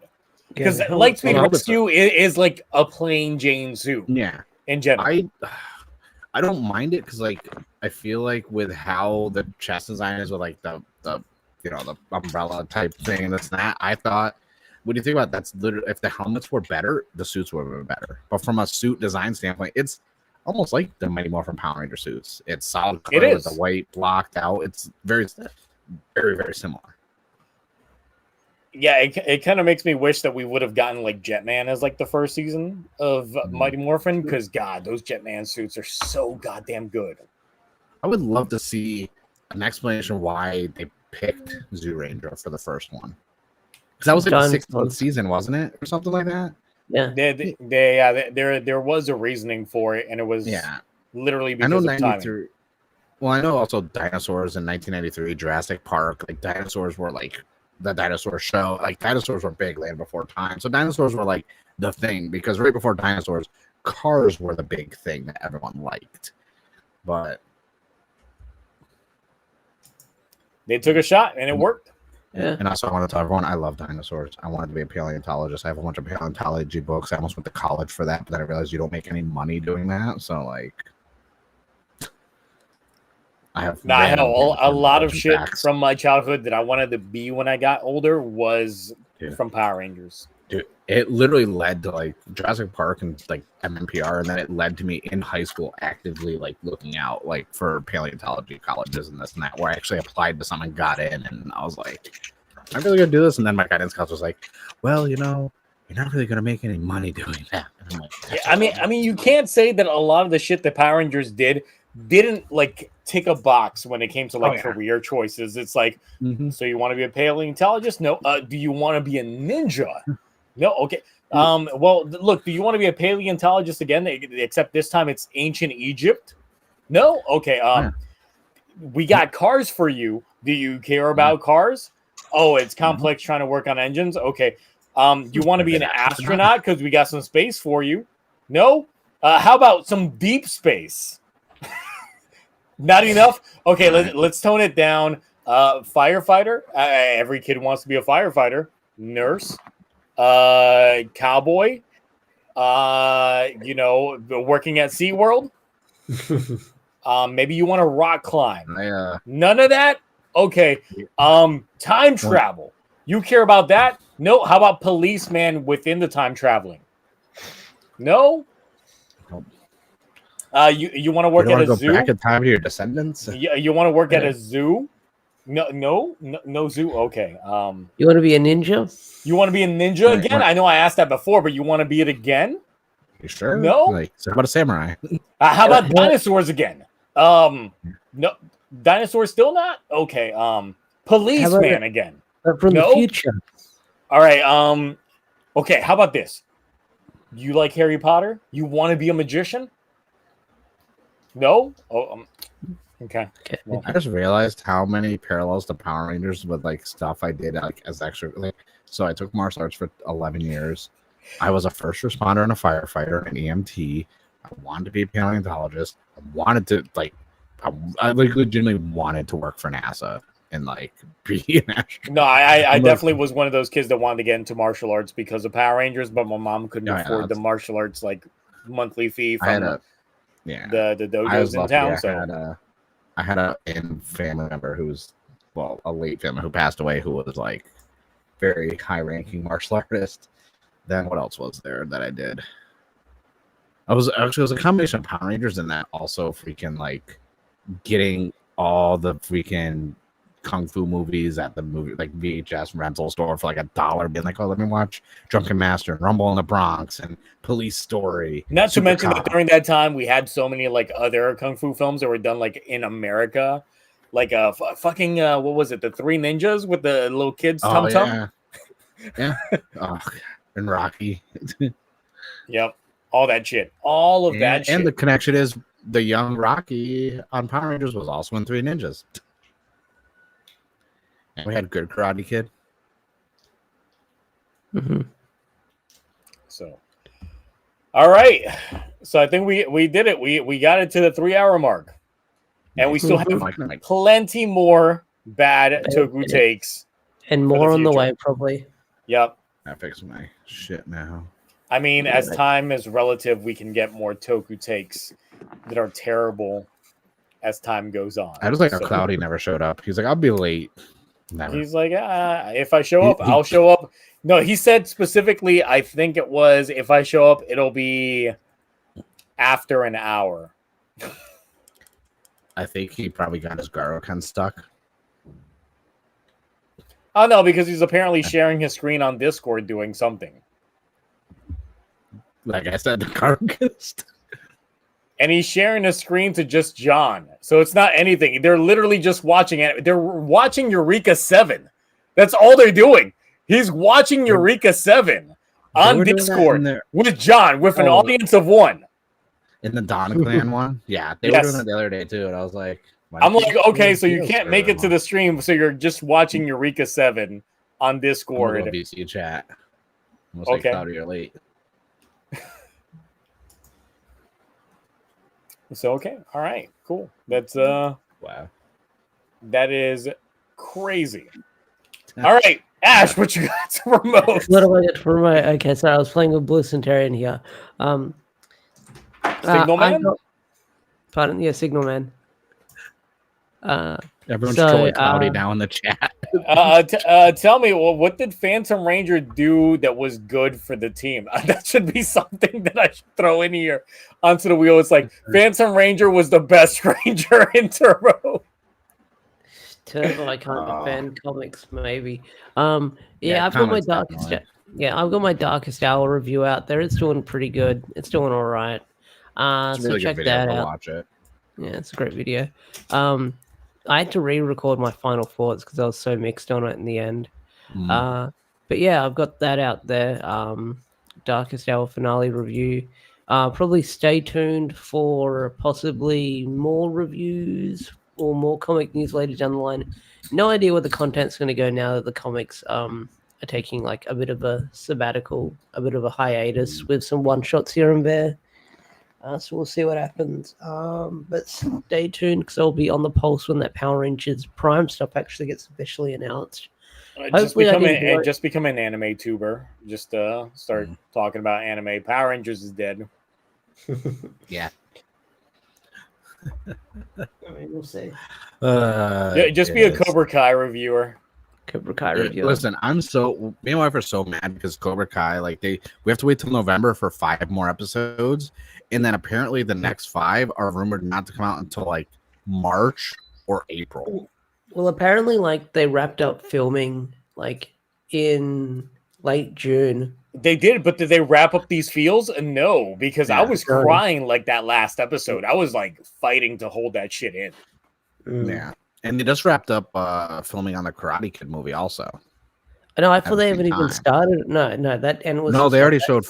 They already showed photos with the whole Jackie Chan and the whole crew and everything wrapping up filming. They did a photo together, but the actor who played Daniel LaRusso was not in the photo, which is weird.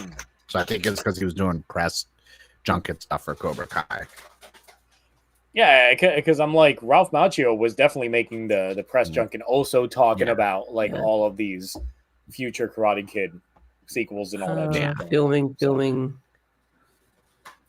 Oh no, you are right.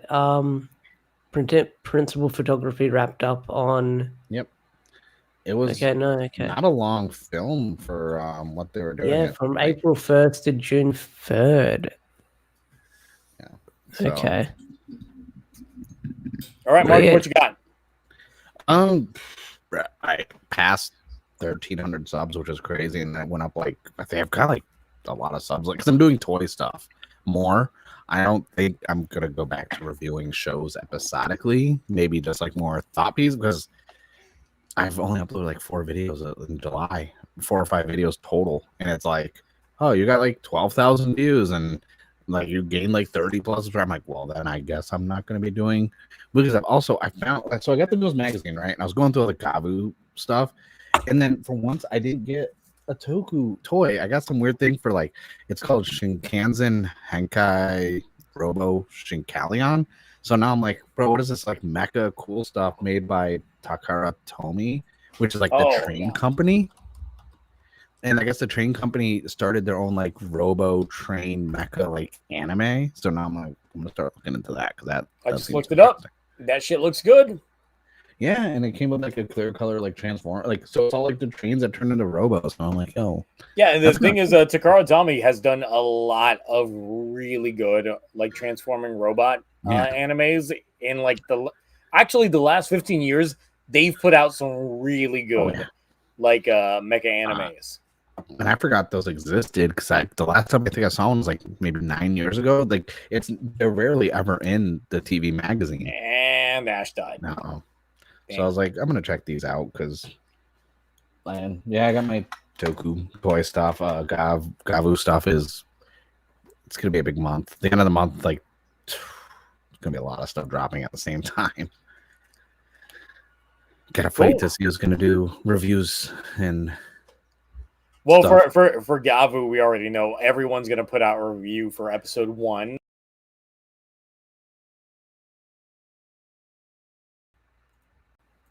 And then Ash showing back up ruined everything, and then he's not even back up. All right. Wow. There's no internet. I think it's it. Nope. I see bars and then nothing. Oh, yeah, then it goes. Nope. Yeah. I'll probably do a review for the first episode, but I don't think I'm gonna do weekly. I think I'm gonna focus more on the toys and stuff. I really think it's gonna come down to who the head writer is, because then I will care, because if it's Takahashi again from Geats and all that shit, I don't know. There'll be a weird candy disaster arc. But no, I'm just not. I don't know. I'm gonna say for the show, but I'm also chipping at model kits for Kamen Rider. I'm trying to get that. So that's all the stuff I'm doing now, rather than just weekly shows. I'd rather be able to do a video once a week or once every other week, and just do that instead. It's easier. Cool. Well, since my 3D prints are taking forever, because I'm redoing the entire helmet to be translucent in terms of the the PLA that I'm not even using PLA. I'm using PETG filament, which requires a whole different kind of fixture and all that kind of crap. I was redoing the helmet. It actually failed towards the top, and I tried reprinting the part that got cut off and tried gluing it on. It was terrible. It's what's been behind me this entire time. I was gonna ask what that was because it looked. Yeah. So bad. Hold on. So the 3D print failed. Like right there. It doesn't matter because the fin part, like I tried reprinting out and tried gluing it on, it just would not work out. So I'm just like, nah, I've got to reprint this whole thing out from a whole different perspective, which sucks because this took 2 days to print. 2 days of printing was this. Next time you should try using like the bonding filament instead of glue. No, so I was using a particular type of glue for this, but it's literally just because it failed at a particular part. So because of that, I had to guesstimate where in the 3D model to start printing from. And if you don't get it just right, it's not going to work out. Even after like 8 hours. This took 8 hours of printing. This alone, 8 hours of printing. Because the material that I'm using for this allows for a lot better translucence, and it's a more durable plastic to the point that it's something that can actually take a beating and not shatter. It's a semi-flexible plastic. That's the whole thing about PG. I've seen, I forgot who it was. They do a lot of Toku props and printing, and they were using like the more malleable, bendable ones, and they were like, it was almost like a plastic, like it was almost for like EVA foam with how they were able to like have it move around without it breaking or anything. Oh yeah, so that's TPU filament, which is what I'm using for what I showed before in terms of like the neck piece that I was making, and for the bicep part here. So this is regular PLA on this part. And this is TPU. So this is a 3D print, but it is completely flexible. Yeah. They're printing everything like that. Like the helmets, everything, just so it's more comfortable to wear the whole thing. And I was like... The thing is, it does definitely keep its shape. But at the other aspect of it is that it does end up showing its lines if you start looking at like the layers of it. You can see the print layers on it. Yeah. Because it is like printing with fabric, so it's very awkward in terms of that front. But yeah, outside of that, I got nothing. I did Boom Boomger, and I might actually end up doing that that one video reacting to a certain person's rankings of Kamen Riders. So, low hanging fruit. Just see how that goes. Might as well. And given that Ash has not come back, I might as well just end the stream there. Right. So we will catch you all next time. Hopefully we got some news next week. But outside of that, bye. Bye.